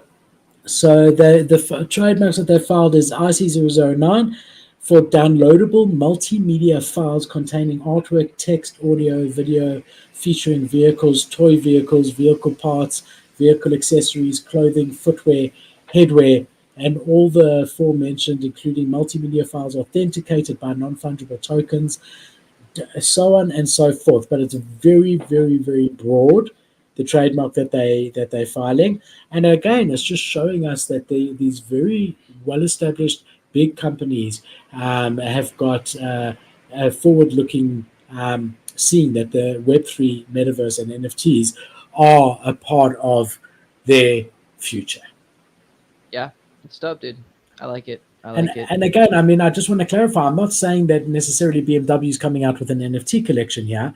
I'm saying that they want to use blockchain technology to some degree in their operation. And we saw that last week, Cade, with Renault, their industrial metaverse that we were so hyped about and really, really excited about. So it doesn't necessarily mean that they're launching an NFT, but it means that they see something in the blockchain technology and they want to move forward to some degree in that, right? Mm-hmm. And it makes sense that they do, because we saw, anyone missed that video, it's on the YouTube channel. But basically, Renault has spent $400 million to create a metaverse that is only used internally for their organization, that is going to save them $300 and something million in the first 2 or 3 years from when it's launched, which is just absolutely incredible. And they've already launched it. I mean, if they pull that off, that'd be pretty crazy. I mean, that's definitely, I feel like they're throwing on numbers just for some attention, but if that works, that's pretty sweet. That's pretty sweet. That is the perspective that they should be taking when they get into the blockchain, though, because a lot of them are looking at it from a return perspective. They're like, what's my ROI here? Like, what's the benefit I get of this now? And it's like, well, what you're doing is you're getting onto something that's not really a thing yet. Like, that's the point of getting in. It's going to cost a lot of money up front, probably, or a lot of resources or time, maybe not money, to get it going. But I think if you believe in the technology and you believe that we're going more digital, then it's something worth spending time on and building a digital identity. For sure, but also to use internally for your system and processes is really good. We've got Janix here also saying nft.porsche.com is getting into the NFT game. We did mention that, Janix, I think it was 2 weeks ago. So there is a video up for it, but you reminded me since then exactly what you're saying. On their website now, I think today or tomorrow, you can apply for whitelist for the NFTs on their website. So here's it, nft.porsche.com. Because we didn't know that at the time. We just knew that they were launching an NFT collection, and that, do you remember, Kate, their community on Twitter was like, stop this, NFTs are a fraud.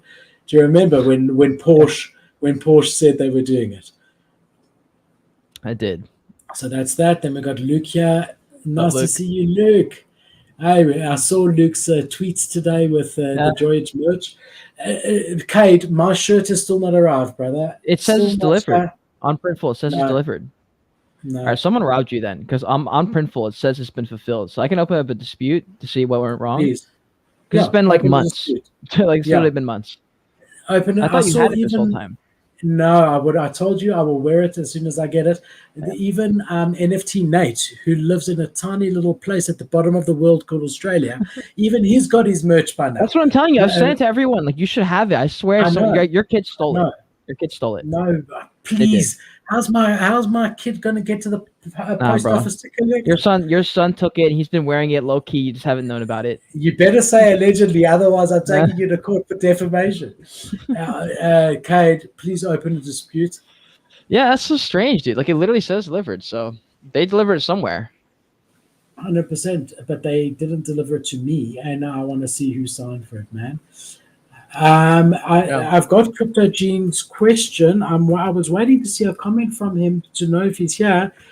Let's ask him. I've got one more article that we're going to discuss. This one especially for you, Kate, so I need you to concentrate because it is up your alley. So I found this. I thought this was really, really, really cool. The top trending 2022 YouTube stats have been released. Oh, okay. Yeah, so I just thought this was really, really quite interesting, right? Very interesting. So like basically, YouTube's US trending videos list is based on in-country views of videos uploaded in 2021. So they report in 2022, but it's 2021, excluding shorts and music videos. So the first, the best trending videos, the first one was Technoblade. By Technoblade, So Long Nerds. Have you seen that? Have not. Me neither. I'm worried with something that trends so much. I do think I'll get a copyright strike if I try play it, right? Yeah, probably. Yeah. Do you agree? Okay. Then we've got Guardian News, the uncensored moment where Will Smith smacks Chris Rock on stage. That's number 2. Then from Dream, Hi, I'm Dream. Then from the NFL, Dr. Dre, Snoop, Eminem, Mary J. Blige, Kendrick Lamar, and 50 Cent, full Pepsi halftime show. Then our friend Mr. Beast, I built Willy Wonka's chocolate factory. Yep. Then Mark Rober, pranks, destroy, scam callers. Then we got Jaden Animations, being not so straight, Kane Pixels, the back room, and so on, right? Then if we have a look at the top creators, number 1, Mr. Beast. Number 2, Nick Lamar. Number 3, Eric. Number 4, Ryan Trahan. I think that's that young guy that my kids watch, and he just unboxes toys, and his mom takes him cool places. Then we've got Asaya Photo, Brent Rivera, Dan Rhodes, Luke Davidson, Corey X Kenshin, and Ian Boggs. Those are your top 10 creators. I've only heard of a few of them. Yeah, me too. Then your top songs. Don't know if you can read these.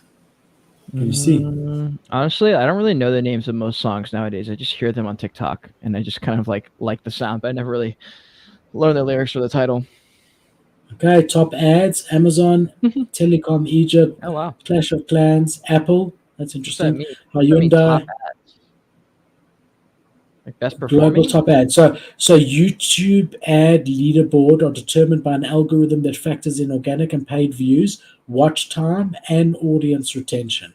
Placements are limited to 1 ad per brand to better reflect a broad range. So basically the adverts that have gotten them not only the most views on YouTube, but also like people watch them to the end and whatever. So they've got an algorithm, basically the best performing ads.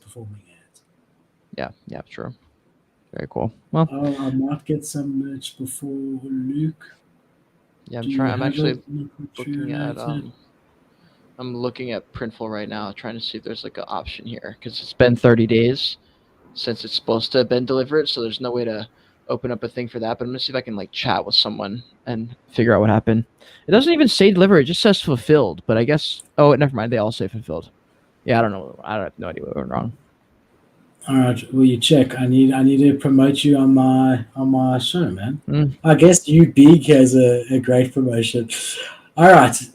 So for those of you that don't know, Kate and I have been asking in our communities to ask us questions that we will answer on the show. So if we have a look over here, I did a tweet that Kate helped me by retweeting, and then we've got Crypto Dream, who came back to us and said to us, wrong tweet. That's our opinion. Basically, wanted to know about our cold wallets, right? Yep. How often we use it. Alrighty.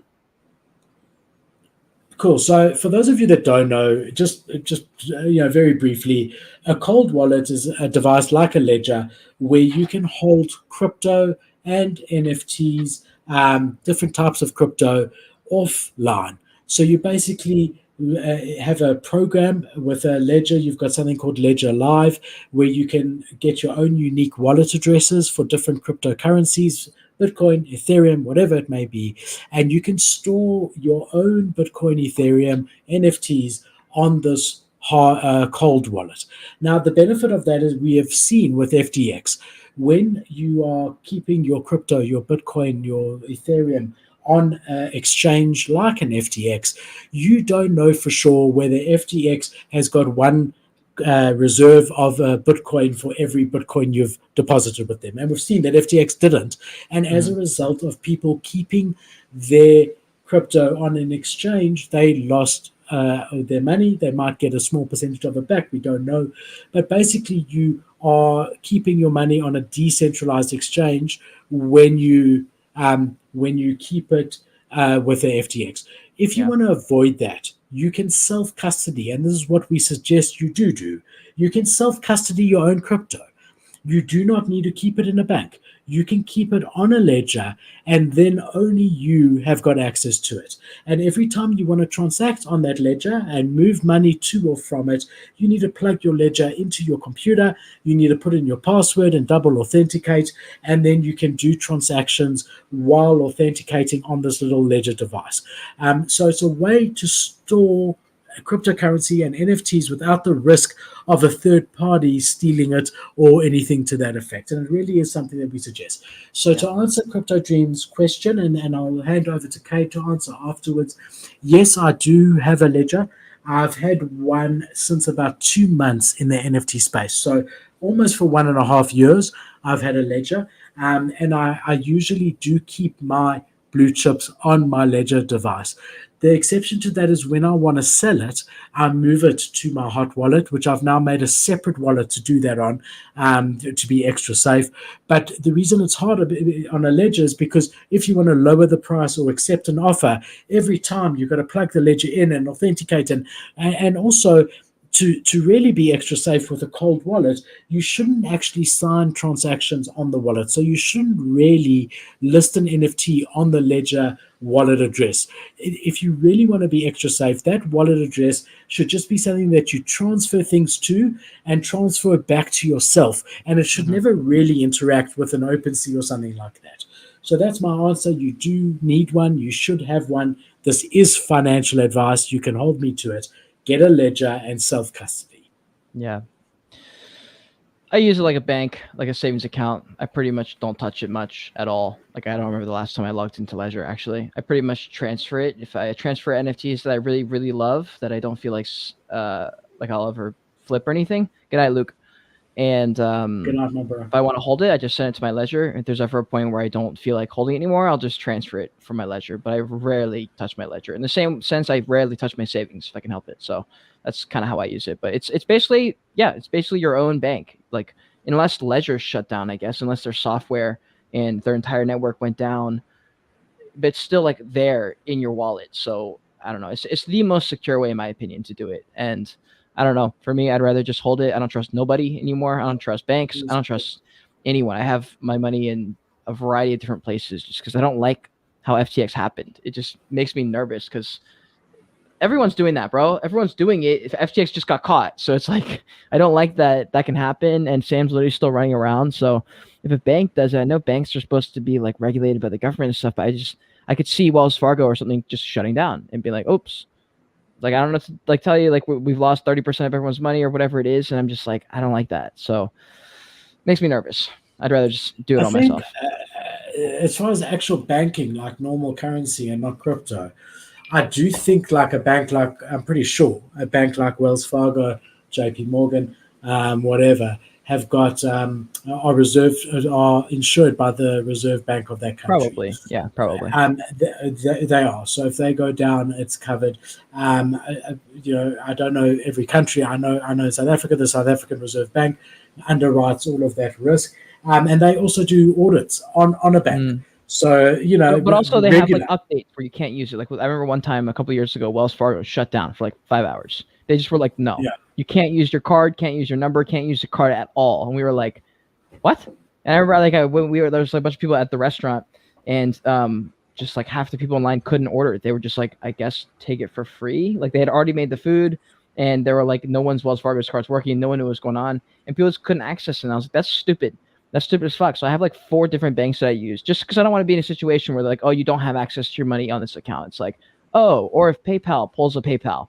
Like my friend Cole had like a $10,000 or something sitting in a PayPal account for like 4 years, and they'd never let him take it out. There's like a flag on it forever. Couldn't get anyone to have information on it. Apparently PayPal had access to it and was letting it out. And it was just like a whole debacle. And I was like, dude, fuck all y'all. Let's keep a little bit everywhere. PayPal, there was something in the news a couple of weeks ago with PayPal where they were charging people without their permission for something. I don't know. I'm not sure. I remember hearing something about it too. I don't remember. I know for sure it was PayPal, and they then later came out and said, no, that's not the case. It's been a misunderstanding. Right. I don't know. Look, PayPal's not big in South Africa at all. I know it's huge in the States. Not big in South Africa at all. So when I say banking institutions, I mean brick and mortar reputable ones. Well, I think overall your money is pretty safe. I mean, not financial advice. I don't know every country's laws. It's more for convenience for me. I just don't want to be stuck in a situation where I don't have access to my money. But how often has Wells Fargo gone off all for 5 the hours? fucking time, bro?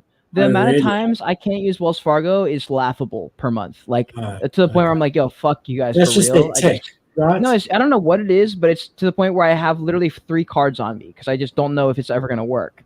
And I just don't like the way it works. Like it happens all the time. A card won't work for whatever reason, or there's a fraud detection, or it's like you spent too many dollars at this place in too fast amount of time. We're locking your card until you call us and like confirm all these things. That's I'm like, crypto. That's what happens. Banks don't like crypto. So I had that when I started buying crypto.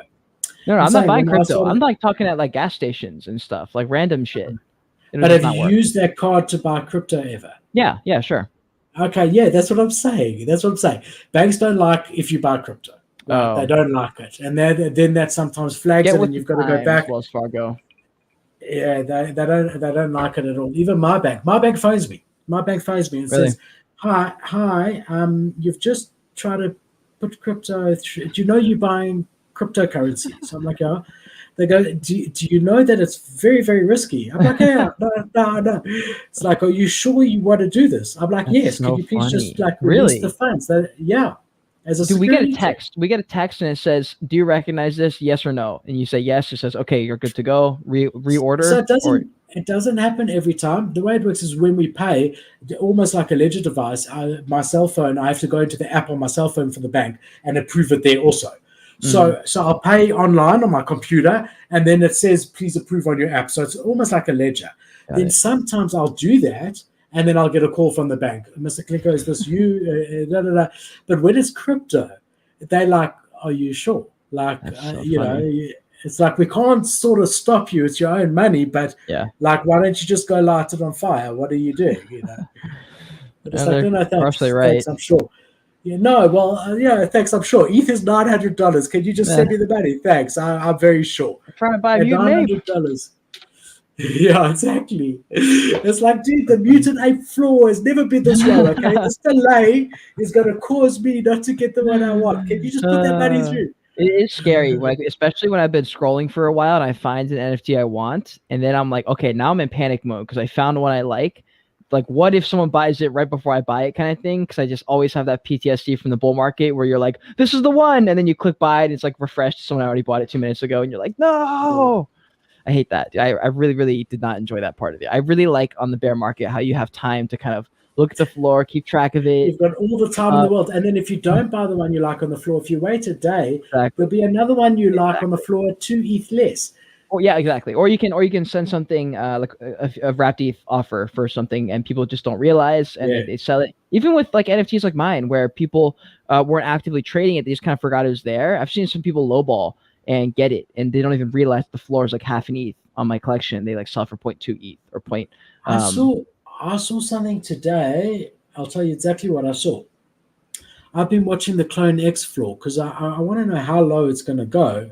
Now, actually, Kate, now's a really good time to pick up a CloneX if you want one. Really? Because of Why are we the, both because of- itching our eye at the same time? I don't know. I'm yawning and it's because of the airdrop, the Yeah. eggs claim. If you want to get into CloneX, now is probably as good a time as ever. Might go a bit lower the next couple of days, not financial advice, whatever. But I've been watching the CloneX floor quite carefully, not to pick one up. I've already got one, just to watch it. I'm interested how low it's going to go, and I'm looking at which traits are selling. I'm just watching it, and I would say, what are we? 11:30. I would say 7 hours ago, there was one that sold to a WETH offer, a WETH offer for 0.3 Ethereum. Wow. Now, I don't understand. It must have been part of another deal or something because Yeah, I think so. it's not like 0.3 is the only offers. There's offers up to 16 Ethereum and there's one at 15.9. And so it's not like, Had to been a trade. I think so. I think it must have been. But if you look back 7 hours around about from now, there was a clone that sold at 0.3 WETH. Yeah. True. By the way, that there's a question I could like add in really fluidly here because we're already talking about it. That I had was, are you guys buying any NFTs literally right now? Yeah. Like within this week, have you bought any NFTs? Yeah, I have. And you? I bought a couple, but I think we've already talked about mine. I just bought a couple Wolf Boys. I know you got a Wolf Boy and a Champs, yeah. Yeah, about 3 or 4 Wolf Boys, a couple, one Champs only, and then the Flip 3D Invisible Friend. I think that's all I've bought. I think I bought a Colonist actually too. I bought eggs, the Animus eggs. After I sold one, I bought one, and then I sold it, and now I'm looking to buy one. And then I actually bought. It's not my first time. I've sort of bought in and out. I bought a nifty Alpha, the PO and those guys. I had an offer there, I think at 0.15, and the floor's 0.18. I like them long term. So that went through and I got it.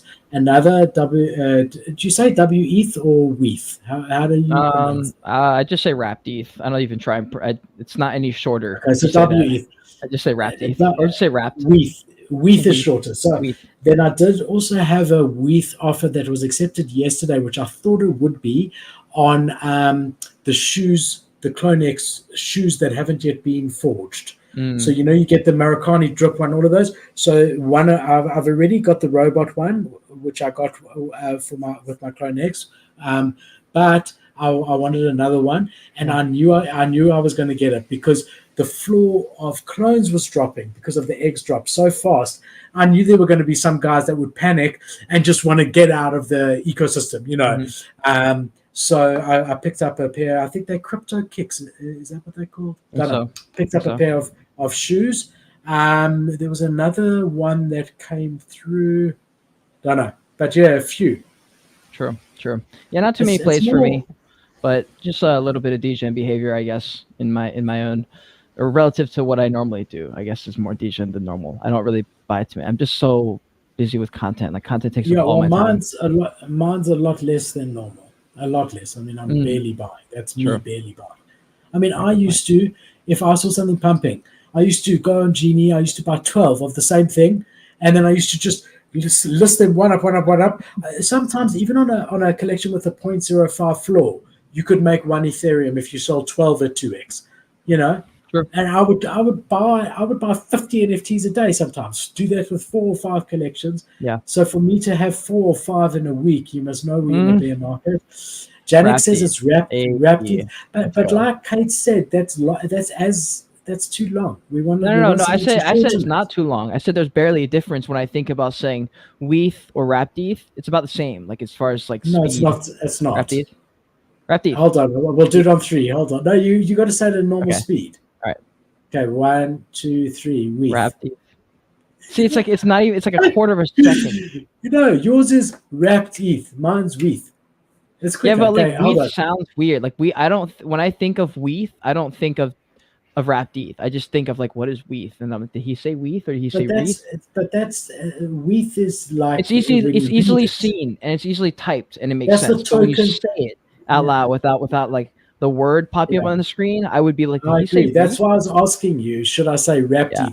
If you're But saying it out WETH loud, say is- wrapped ETH. But if you're typing Yeah, it, but WETH. But hold on, I agree with you of what you said. However, if we're talking about just from a speed of saying it Oh, perspective, okay. Yeah. there's no yours is question that WETH Sure. is quicker than wrapped Sure. ETH. But the trade-off is that people aren't going to realize you're talking about wrapped ETH. They're going to think you said something else and be like, what did you say? That's the Fine. trade-off. Fine. It's faster, but So it's what going you to could lose you time say, anyway. you can say, okay, look, in the show, whenever I say WETH, I mean wrapped I mean, you ETH. could say that, yeah, if they listen. But if you do podcast clips or something like you're supposed to be doing, then people aren't going to know because you're not going to have that in every single 30-second clip. Okay, do you know how much I've got going on? Like I'm supposed to be doing. I'm telling you, bro. If you want your YouTube to grow, then you need to be making shorts I'm making shorts, more. bro. I'm uploading 3 shorts a day. Are you? That's not bad. Yeah.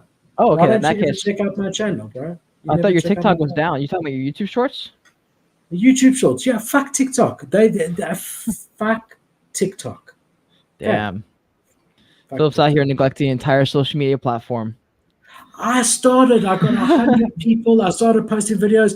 They banned me. Bro, I Pasta's asked back why on the they- game. Pasta's uploading it. Did you see that? On YouTube and TikTok. He's picked it up. Bro, I don't care. All I'm saying is that I've reached out to them. Not against anyone in particular. Just saying, I'm saying about TikTok. I don't care anymore because I've emailed them so many times. And it's a robot that comes back to me literally with the same response. They don't care about me, and I don't care about them. However, if you are listening and you want to resolve my query, I'd really appreciate it because I would. Here's my point, though. Like, you're already posting to YouTube Shorts. You might as well just post onto TikTok, even though the chances of you getting shut down are there. But just do it again. So hold on, Kate. I highly suspect. Listen to me. I highly suspect the reason they shut me down was because the videos I was loading say YouTube Shorts at the bottom. That's the only thing. Okay, so stop uploading to YouTube Shorts first. Just upload it from your camera roll to TikTok, and then upload But to TikTok to YouTube Shorts.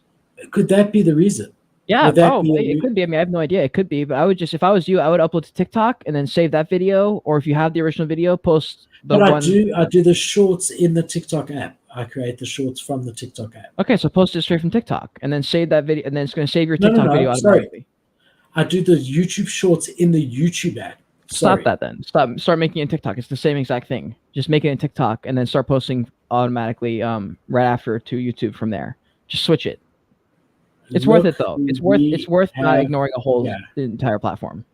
Crypto Dream, I've been waiting for you for 2 hours. Yeah. Where's Crypto Dream? We're going to answer his question. We did already. Waiting. Yeah, I know, but I'm saying throughout the show, and now when we're about to finish, better late than never. Why are you late? Matt, if you zoom back like 10 minutes, maybe 20. 10 or 20 minutes, you'll find it. Crypto Dream, excuse him, but it won't happen again. Crypto Dream, how you doing, bro? How's it, man? Let's see what he says. But we did answer. We answered quite nicely. I'll also send it to you as a standalone video for sure. Kate, what else is happening, my man? You got my full attention. Any questions? You've never asked me. You know, I came on your show, and the very beginning, I still want to watch it back. I still haven't. And you never asked me any quick fire questions. And I keep that was a new addition to the podcast in the last couple of months. So ask me some questions. All right, hold on, let me pull up my list. I love my list of AMA questions. Do you have any reoccurring dreams? I used to. Yeah? I used to dream. Yeah, when I was young, I used to dream of the same thing. It's going to sound so strange, but remember to dream. I used to, in the back of my headboard, you know, when you lie down, you got a headboard.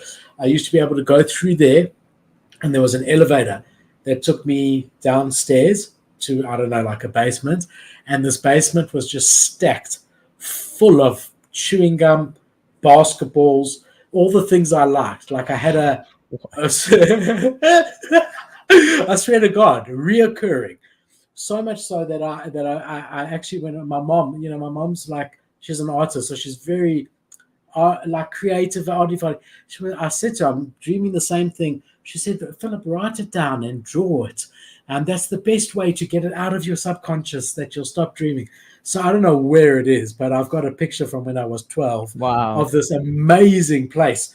down under the house where I had like multiples of random stuff that I liked.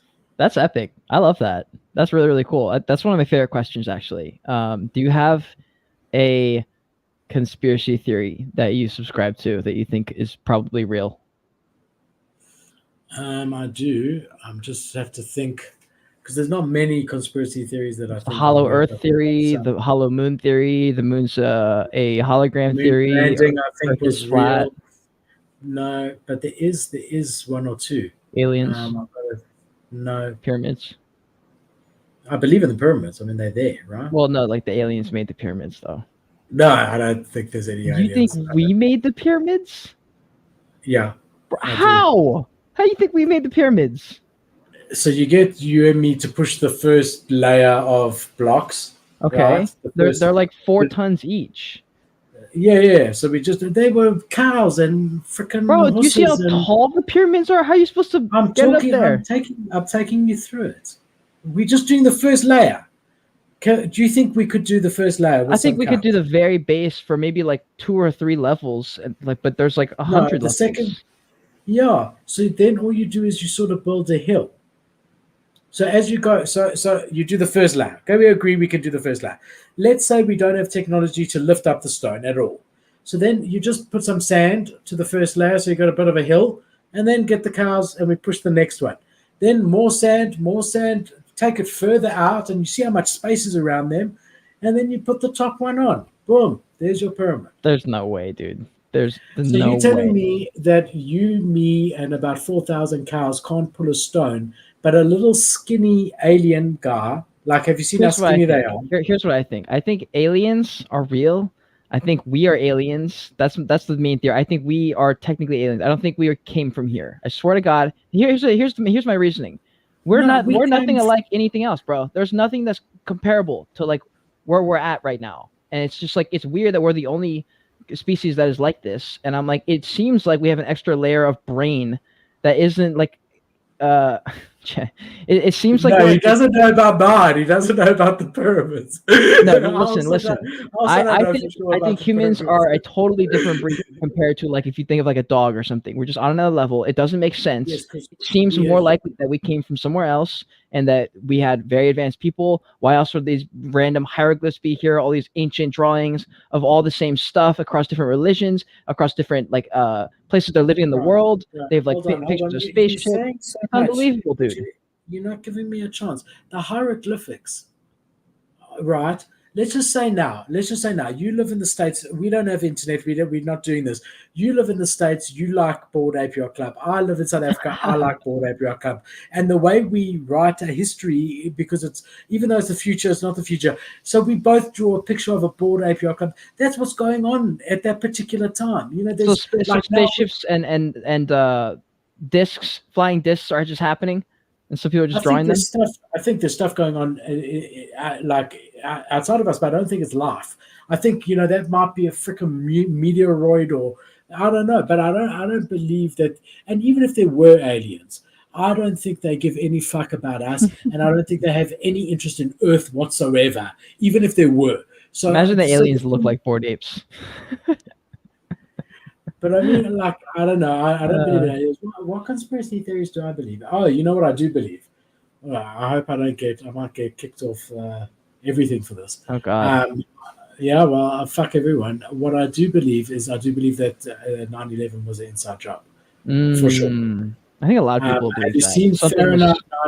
Have you seen Fahrenheit 9/11, that movie? I maybe have, but I have also shared suspicions. It just looks kind of sketchy. It's weird. I've seen a bunch of YouTube videos. It's probably not the best place to get that kind of information, but a lot of the things like that, like JFK's assassination, a lot of those kind of things, when you hear it explained by people who believe that it was a conspiracy setup, and the way they explain it, it sounds very plausible. So I don't know if they're actually plausible or if it's just the way they packaged it in a nice video that convinced me. So like, yeah, it's hard to tell, but Fahrenheit 9/11 was very convincing. Yeah. Like, they even showed real footage of when the first tower went down, and you can almost see the planned explosions going off on every level, like a demolition.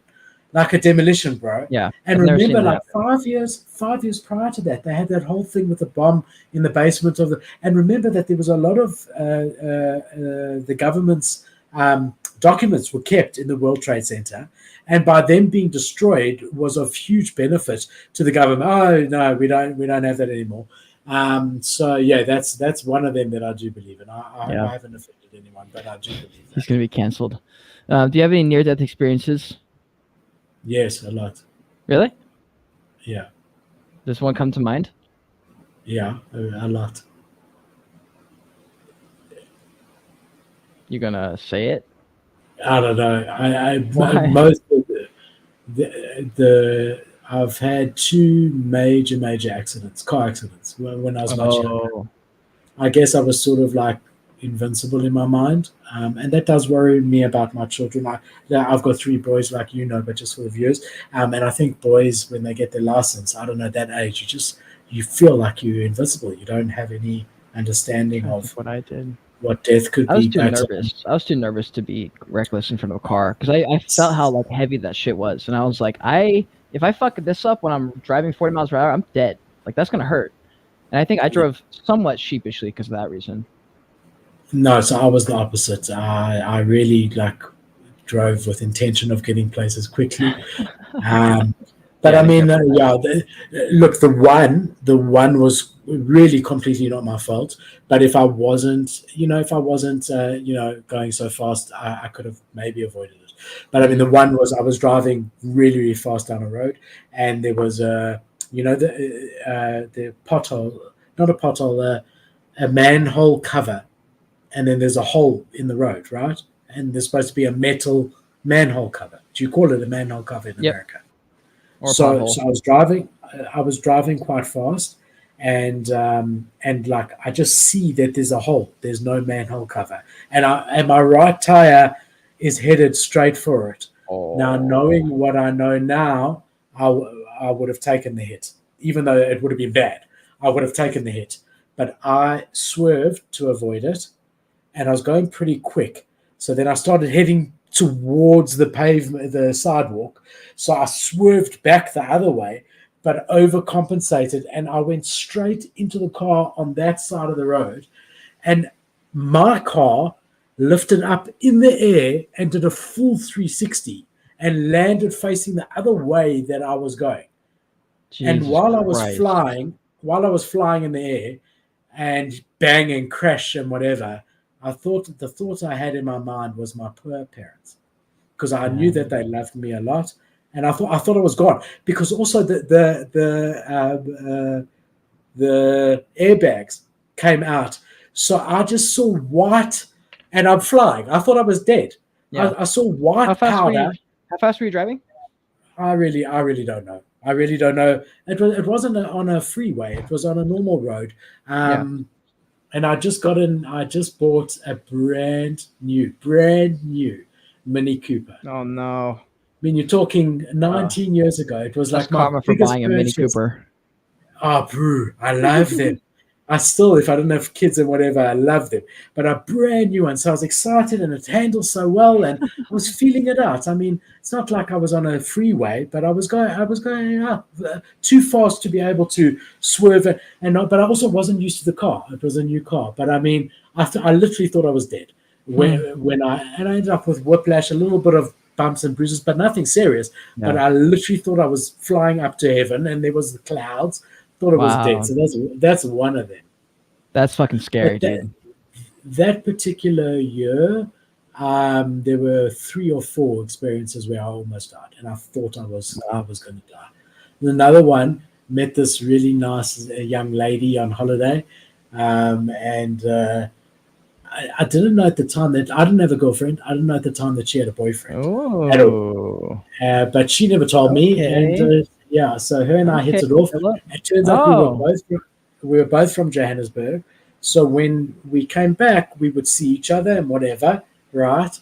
And then all of a sudden, this guy phones on her phone, and she's like, "Babe, just leave me." And I'm like, "What do you mean, babe?"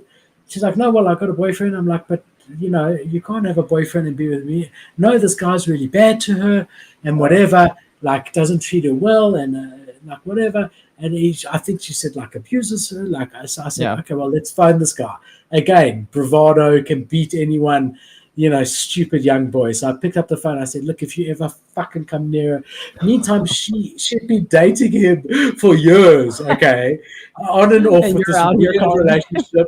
Yeah. So I went to drop her God. home the Philip one is a day. G. I went to drop her home the one day. My dad let me borrow his car. He had a BMW at that time, a BMW 328 convertible without a roof. So I'm living the life, bro. Dropping her home, and I go in there, and the next second I just feel like not sore, but just like a bit weird. Like my ears started making a buzzing noise, like this guy was standing on the back seat. There was no roof. Standing on the back seat with a knuckle duster and just smacking me on top of my head repeatedly. With the what? So a knuckle duster, those metal knuckles. He was punching with brass knuckles? Yeah. So I'd gone to her house. I'd stopped and I was kissing her goodbye. Oh. And there's no roof on the car, it's a convertible. And while we kissing goodbye, this guy came in the back seat, stood on the back seat on top of me, and just repeatedly, and then grabbed me over the seat and fucked me up really, really badly. But it wasn't fair. I mean, look, he was a big guy. I think he would have fucked me up even if it was a normal fight. And I remember, so she was screaming. There was blood everywhere, and it wasn't sore. But when I realized what was happening and it was my blood, I felt like I was going to pass out, like just from shock. But there was no pain at all, just ringing in my ears and blood everywhere. Okay. Adrenaline pumping. And then he got on top of me and he said, I've broken your fucking head. Now I'm going to break your fucking face. And I just remember like doing like this. And I don't know. Then holy crap. Then I needed to get out of there. I needed to get out of there, and I just remember like he was out, she was out, and I reversed and I smashed into a wall in my dad's car because I was in such a state. And then I just remember driving on the highway, and I phoned my dad, and I said, Dad, I need to go to a hospital. I've been hurt. And he said, what's wrong? I said, this guy like hurt me. I'm bleeding. And he said, do you know how to get home? And I was so like, I said, no, I don't know where I am. I don't know if I was concussed, bro. I knew nothing. Yeah. And he sort of stayed with me on the phone and got me to a hospital. He said, what do you see? What road do you see? And I drove myself to a hospital. Whoa. And he met me there. And bro, I had to have stitches. They shaved my head, anti-tetanus shots. Really, really badly messed up. Wow. How old were you?